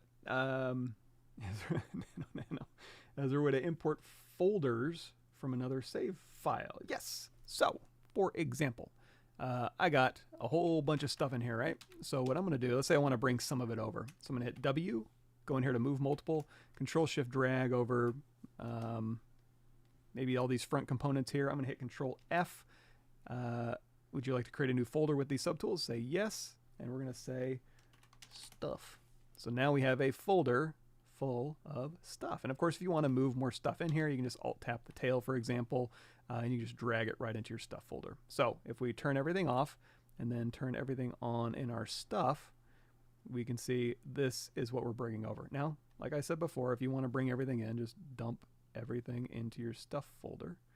Boop, bloop, bloop, bloop, bloop, and then bloop. So everything's in my stuff folder. So with the folder here and something selected in the folder, we can go in here to Z plugin, SubTool Master, copy folder, and then go back here to our demo anime head. Oh, and now we're getting some storytelling going. We're going to say Z plugin paste folder.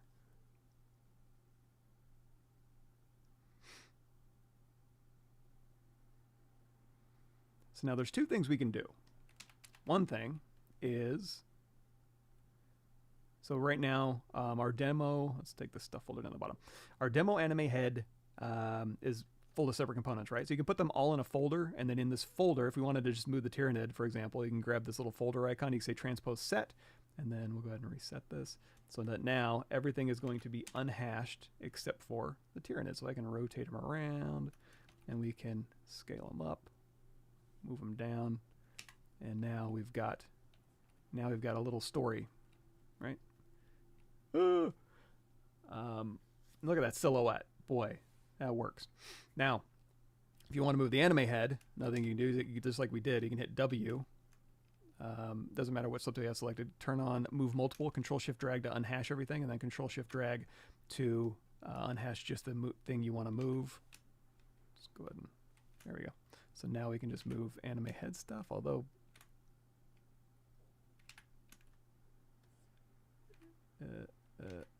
do I have like X symmetry turned on in a weird direction or something?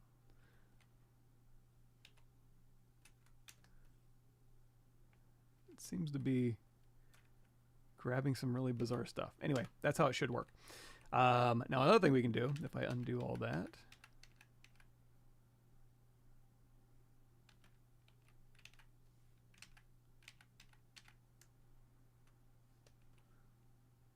that's weird.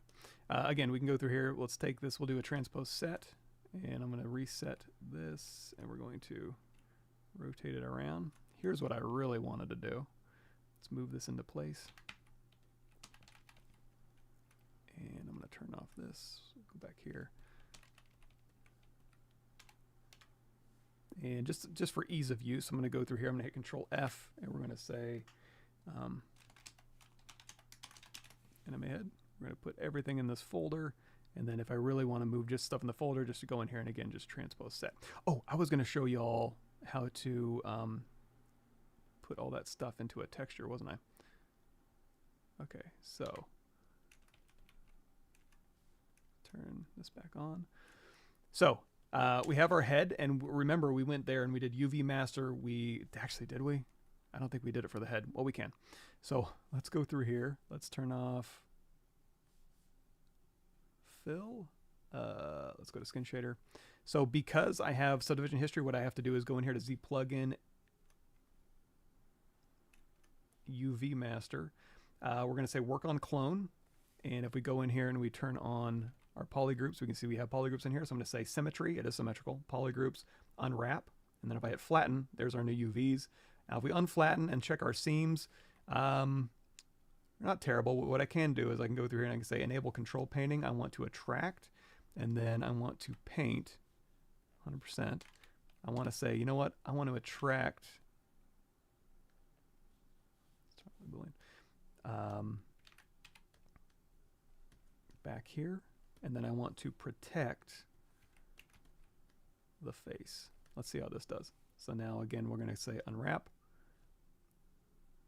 Check seams turned on. So now it's got our seam in the back. Again, not great, but I can show you how you can fix that. So now if we say copy UVs, we can go back here to our painted face. We can say paste UVs. So now if we go through here and let's turn this off real quick, and we go down here to texture map, we can say create new from Polypaint, and now you've got your polypainted head on there. Now, another thing you can do is we can drop down to subdivision level 1. I think we can do this. And this is another one of those things. It would be, what year was it? I remember the thumbnails. There it is. Use ZBrush 2020, the UV map and unwrap. This is what I'm doing now. So if you need more information on that, you can go check it out. But let's go in here. We'll turn our texture off. Go in here to UV map, and underneath create, you can go through here and you can use creased edges as you're unwrapping. So let's say I want to crease my open seams, and then I want to go through here. Let's go into solo mode. And I want to say, you know what, these ones, X symmetry turned on.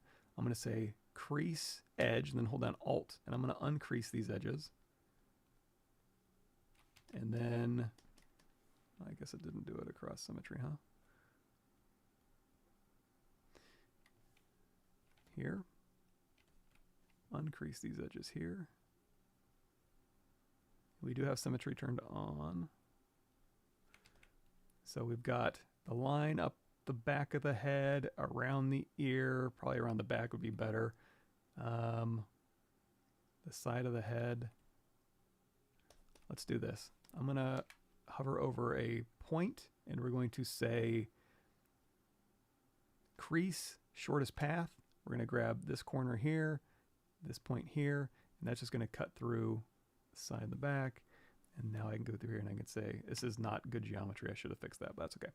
Crease, edge, y'all know how to do that now. So I'm going to put a seam right through there. So now if I go to say creased edges, symmetry, unwrap, and then we go in here and we say setting level 4. And then if we want to see this, go down here and say bump down to 0, morph UV. That'll morph your face into its new UVs. Yay! So now if we go in here and we say texture, new from Polypaint, there's our Polypaint on our new UVs that you can go through. And now you can export the lowest subdivision level with your new texture map over here. In fact, if you go in here to ZPlugin and you do, what's it called? Multi-map exporter. You can bake normal maps, ambient occlusion maps, cavity maps, blah, blah, blah. All through there. So now let's get back down here to what we really need to do, and that is make this anime head the head. And now here's what I'm going to do. I'm going to take this tongue. Let's go back here. Open that up. W. Take off, move multiple.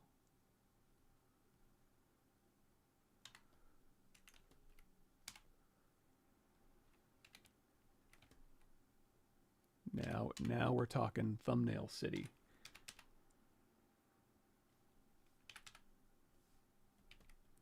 Now do transparency with ghost on so you can sculpt through the object here.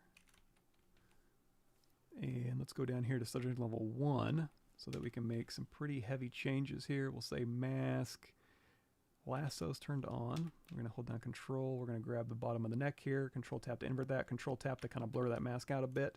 And we'll hold down Alt and we'll just kind of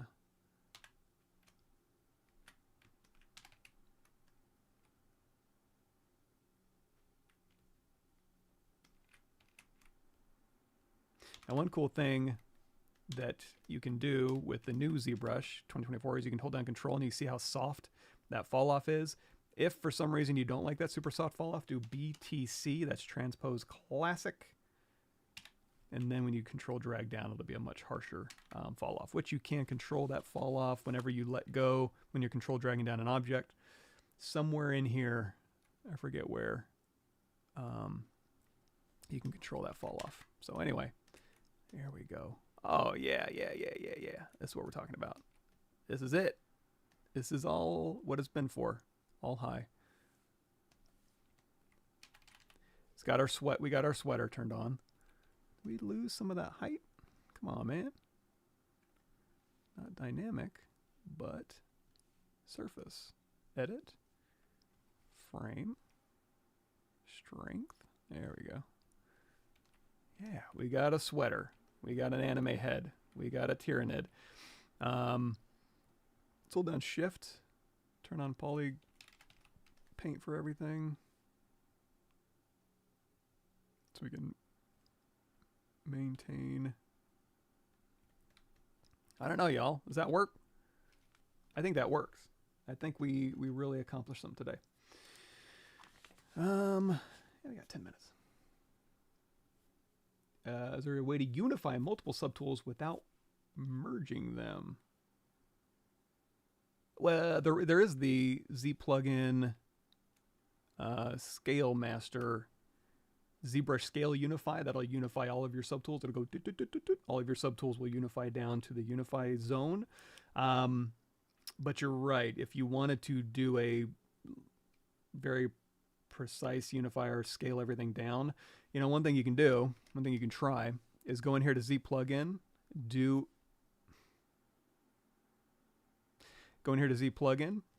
a Transpose Master, hit T-Pose Mesh. That's going to take all of the lowest subdivisions of your object and shoot it over to Transpose Master. And then you can, you know, they're all merged, right? So let's go down here to deformation, unify. And then if you do T-pose mesh to sub T, there you go. Now that should be about what ZBrush scale, scene scale unify should do ish, but that's one way to do it. So now I'm curious. Let's say append a cube. I know I got a box in here somewhere. Cube 3D, geez. Let's see if what it actually did, because I'm curious.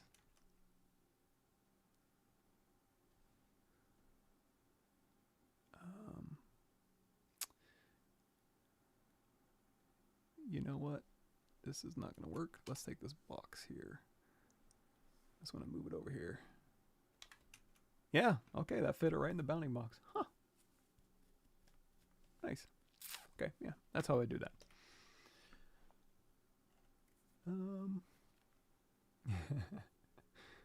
Yeah, Gabriel and Drust. In fact, go to the next ZBrush Summit. I don't know if Drust will be there, but I know Gabriel will. Any plans of ZBrush to make double symmetry, rotate and mirror? The array method, okay, but not that great. There is something approaching that. So for example, if we have a cube here, let's do this. This is not fun to look at. Let's go through here. We got our, say, delete. We got our Tyranid. Delete all. There we go. And in fact, let me turn off. I don't need that thumbnail anymore. I know it's a sweet silhouette. So, let's say control mask pin here. I'm going to make a little armor on here. So we're going to duplicate this off, hit Control W, Control Shift Tab, geometry modify topology, delete hidden. After we delete lower, delete hidden, ZRemesh, let's do a polish by feature, open circle, ZRemesh half, depth size down to 0. Q mesh.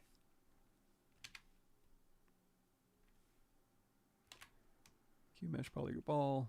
Go through here. And maybe we'll do a, God, it always grabs a little piece, doesn't it? Delete hidden. Here, here.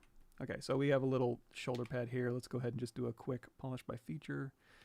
And so with this little armor shoulder pad here, and if I want to work on it in symmetry, what I can do is I can hit W. I can go and find the axis of symmetry that I want, maybe here, and I can use my gizmo as symmetry. So now if I go in here and I turn on LSym with dynamic, if I do a quick geometry modify topology mirror and weld, it will mirror and weld across the gizmo axis. So let's go ahead and just hit, let's just dynamesh this down. There we go. So now we can work in, let's do a little higher, X symmetry across an arbitrary axis as much as we want. So if we go through here, if you start sculpting through this now and you dynamesh, you're going to get this nasty, you sculpting through the object. So make sure you go in here to brush. Yep. There we go. Brush, auto masking. And then in here is a little backface mask. I have a hotkey for that, so I can, and it's also my interface, so I can just very quickly tell if a new brush that I have, like clay brush, doesn't have it on. I can just hit Alt F for backface mask. So anyway, we're going to go through here, and again, we're sculpting in symmetry. And because we're so hardcore with our armor, we're going to do like, you know, a Warhammer skull. Jeez. If I can get my brushes to cooperate. There we go. A little clay buildup. A little Damien standard brush. Mean brows. I'm so mad about being a skull. There we go. So again, we're sculpting in symmetry. Arbitrary symmetry based on where our gizmo location is. Now, there is another possibly cooler thing, which is if we go in here and we say, it would be nanomesh symmetry. You can use instances to sculpt in nano mesh across symmetry and place objects wherever you want. So y'all can check that out if you think it'll be helpful.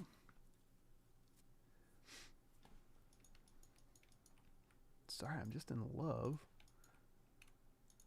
with our little object here.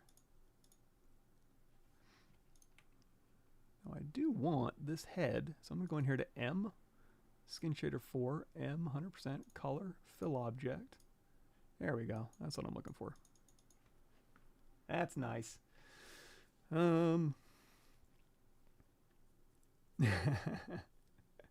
Yeah, Sid's Toy Story creations, right there.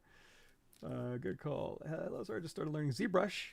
Like was seeing your playlist video 7 where YouTube hits notification you being live on Maxon. Oh, excellent. So yeah, you were listening to my annoying voice on my playlists, and then you get to listen to my annoying voice live.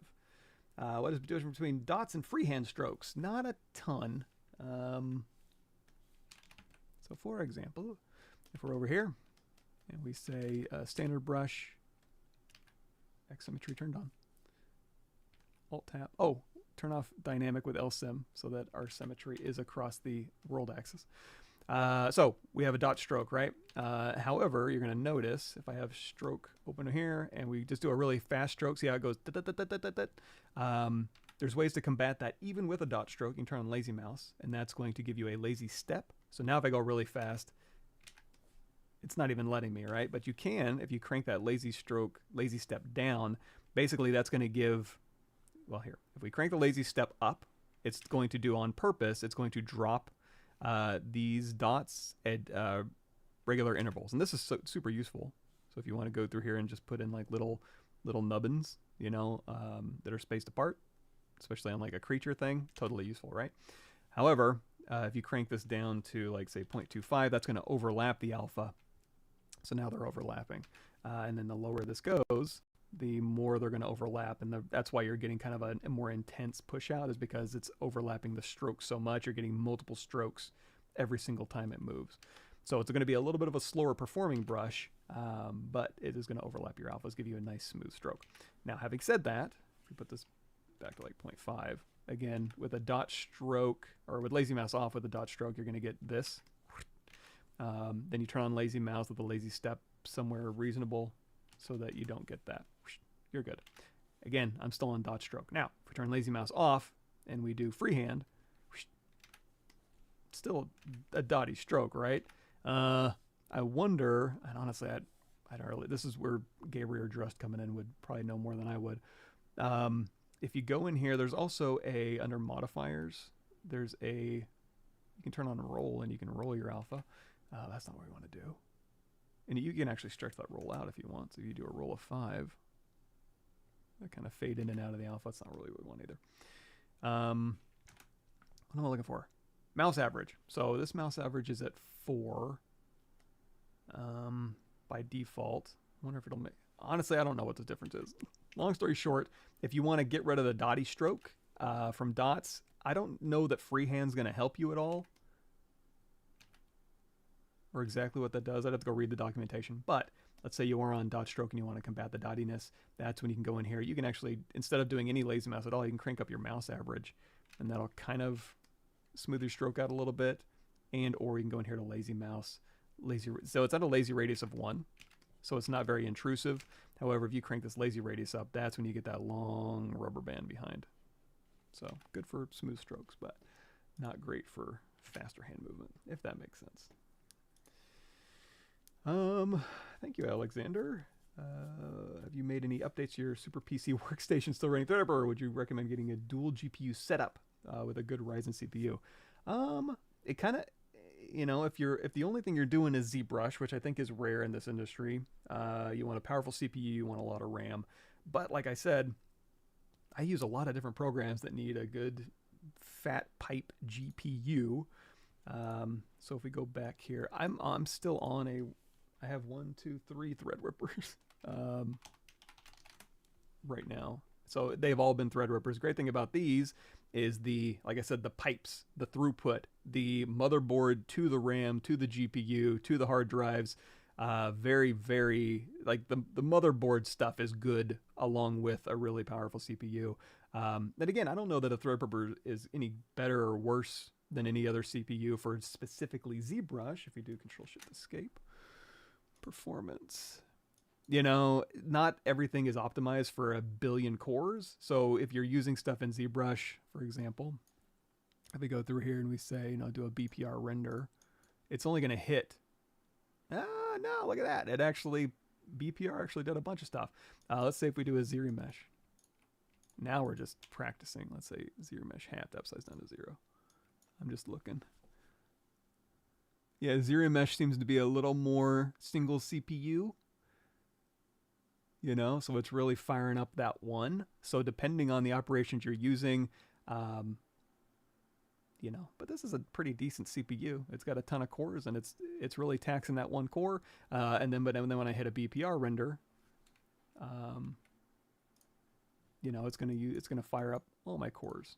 You know, so same thing if I throw this into Keyshot using the CPU renderer. Marvelous. I don't know how optimized those things are, but then again, you can go to the GPU. You can get nice throughput and stuff like that. So, anyways, we made it to 8 o'clock. Hopefully we covered some interesting stuff. Hopefully we get some sort of award for this amazing piece that we created today. Let's do a little BPR render on this bad boy. Yeah, look at that. Nice. Thanks, everybody. Oh, has had a straight hard surface, like messy polygon into straight. So earlier in this very stream, we covered what's most important when we're going through here, and we had messy polygons. We're doing planes. Let's go back to our ZBrush here. We'll let the Kiosk Masons guys talk for me. When we're refining, when we're going through here and we're just refining our, what am I looking for here? This one. When we're refining, we're going from our concept sketch to breaking a piece off and refining it. You're looking at the mass, the edges, and the planes to get it to this type of shape right here. And then when you start going to detail, you're going to polish your planes down, do your edges, and then, you know, your mass should just kind of dial in. So this is where, when you got some of this, you're going through and you're pulling stuff out and you got these nasty wobbles, you can go through like we did earlier in the stream. Just go back, just reverse back through here and watch for when I'm doing stuff like, you know, this. To go through here and clean this up, or go through here like this and kind of, you're just basically massaging.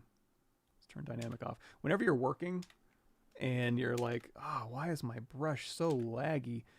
Almost 100% guaranteed you have dynamic turned on. You just hit D on your keyboard to turn that on, so Shift D to turn that off. Now this is interesting too, because I kind of actually like this thick to thin right here, you know, and I could do maybe a little arrow shape here and then go through here. Now this is where, again, secondary, you know, a little form change. So I use my Damien standard here. If we do a really intense one, maybe I want to go back in with my clay brush and kind of build these up to that. And then we go back in here with our H polish brush and we'll polish down, and then we'll hold down Alt to polish up like so. And then we got to go back in and we got to use our move brush. Now you may be thinking, well, why isn't it perfect? I mean, you're just getting something representative. And now at this point, you can go through and you could determine, okay, do I want to sit here and just keep polishing this, or do I want to rebuild it with Z-spheres? I want to go into another program and polish it up. You know, there's all sorts of ways you could tackle this, and taking it to final, split it off, clip from another angle, all that good stuff. But H-polish, move is basically what you would use. Layered workflows for substance.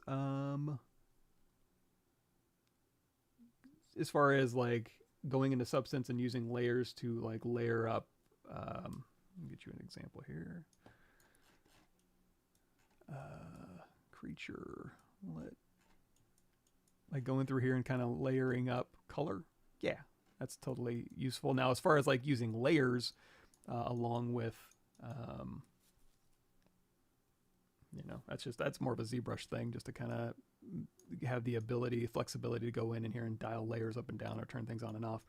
Yeah, but yeah, sure. Cool, excellent. Yeah, and the dots and freehand stroke, couldn't tell you. Oh, exporting layers from ZBrush's maps. Yeah, that I haven't actually done a ton of that. Usually when I'm doing Substance Painter stuff, it's like high res, low res, bake, go in there, clean it up. But to your point, yeah, I think if you did want to have like certain details on different layers that you want to bake and have non-destructive in Substance Painter as surface information that you don't want to bake into your primary maps, yeah, that would work. Why not? I never thought about using it, but yeah, that's, now maybe I will. Cool. Excellent. All right. Thanks, everybody. Have a good rest of your week, and I'll catch you all on the flip side.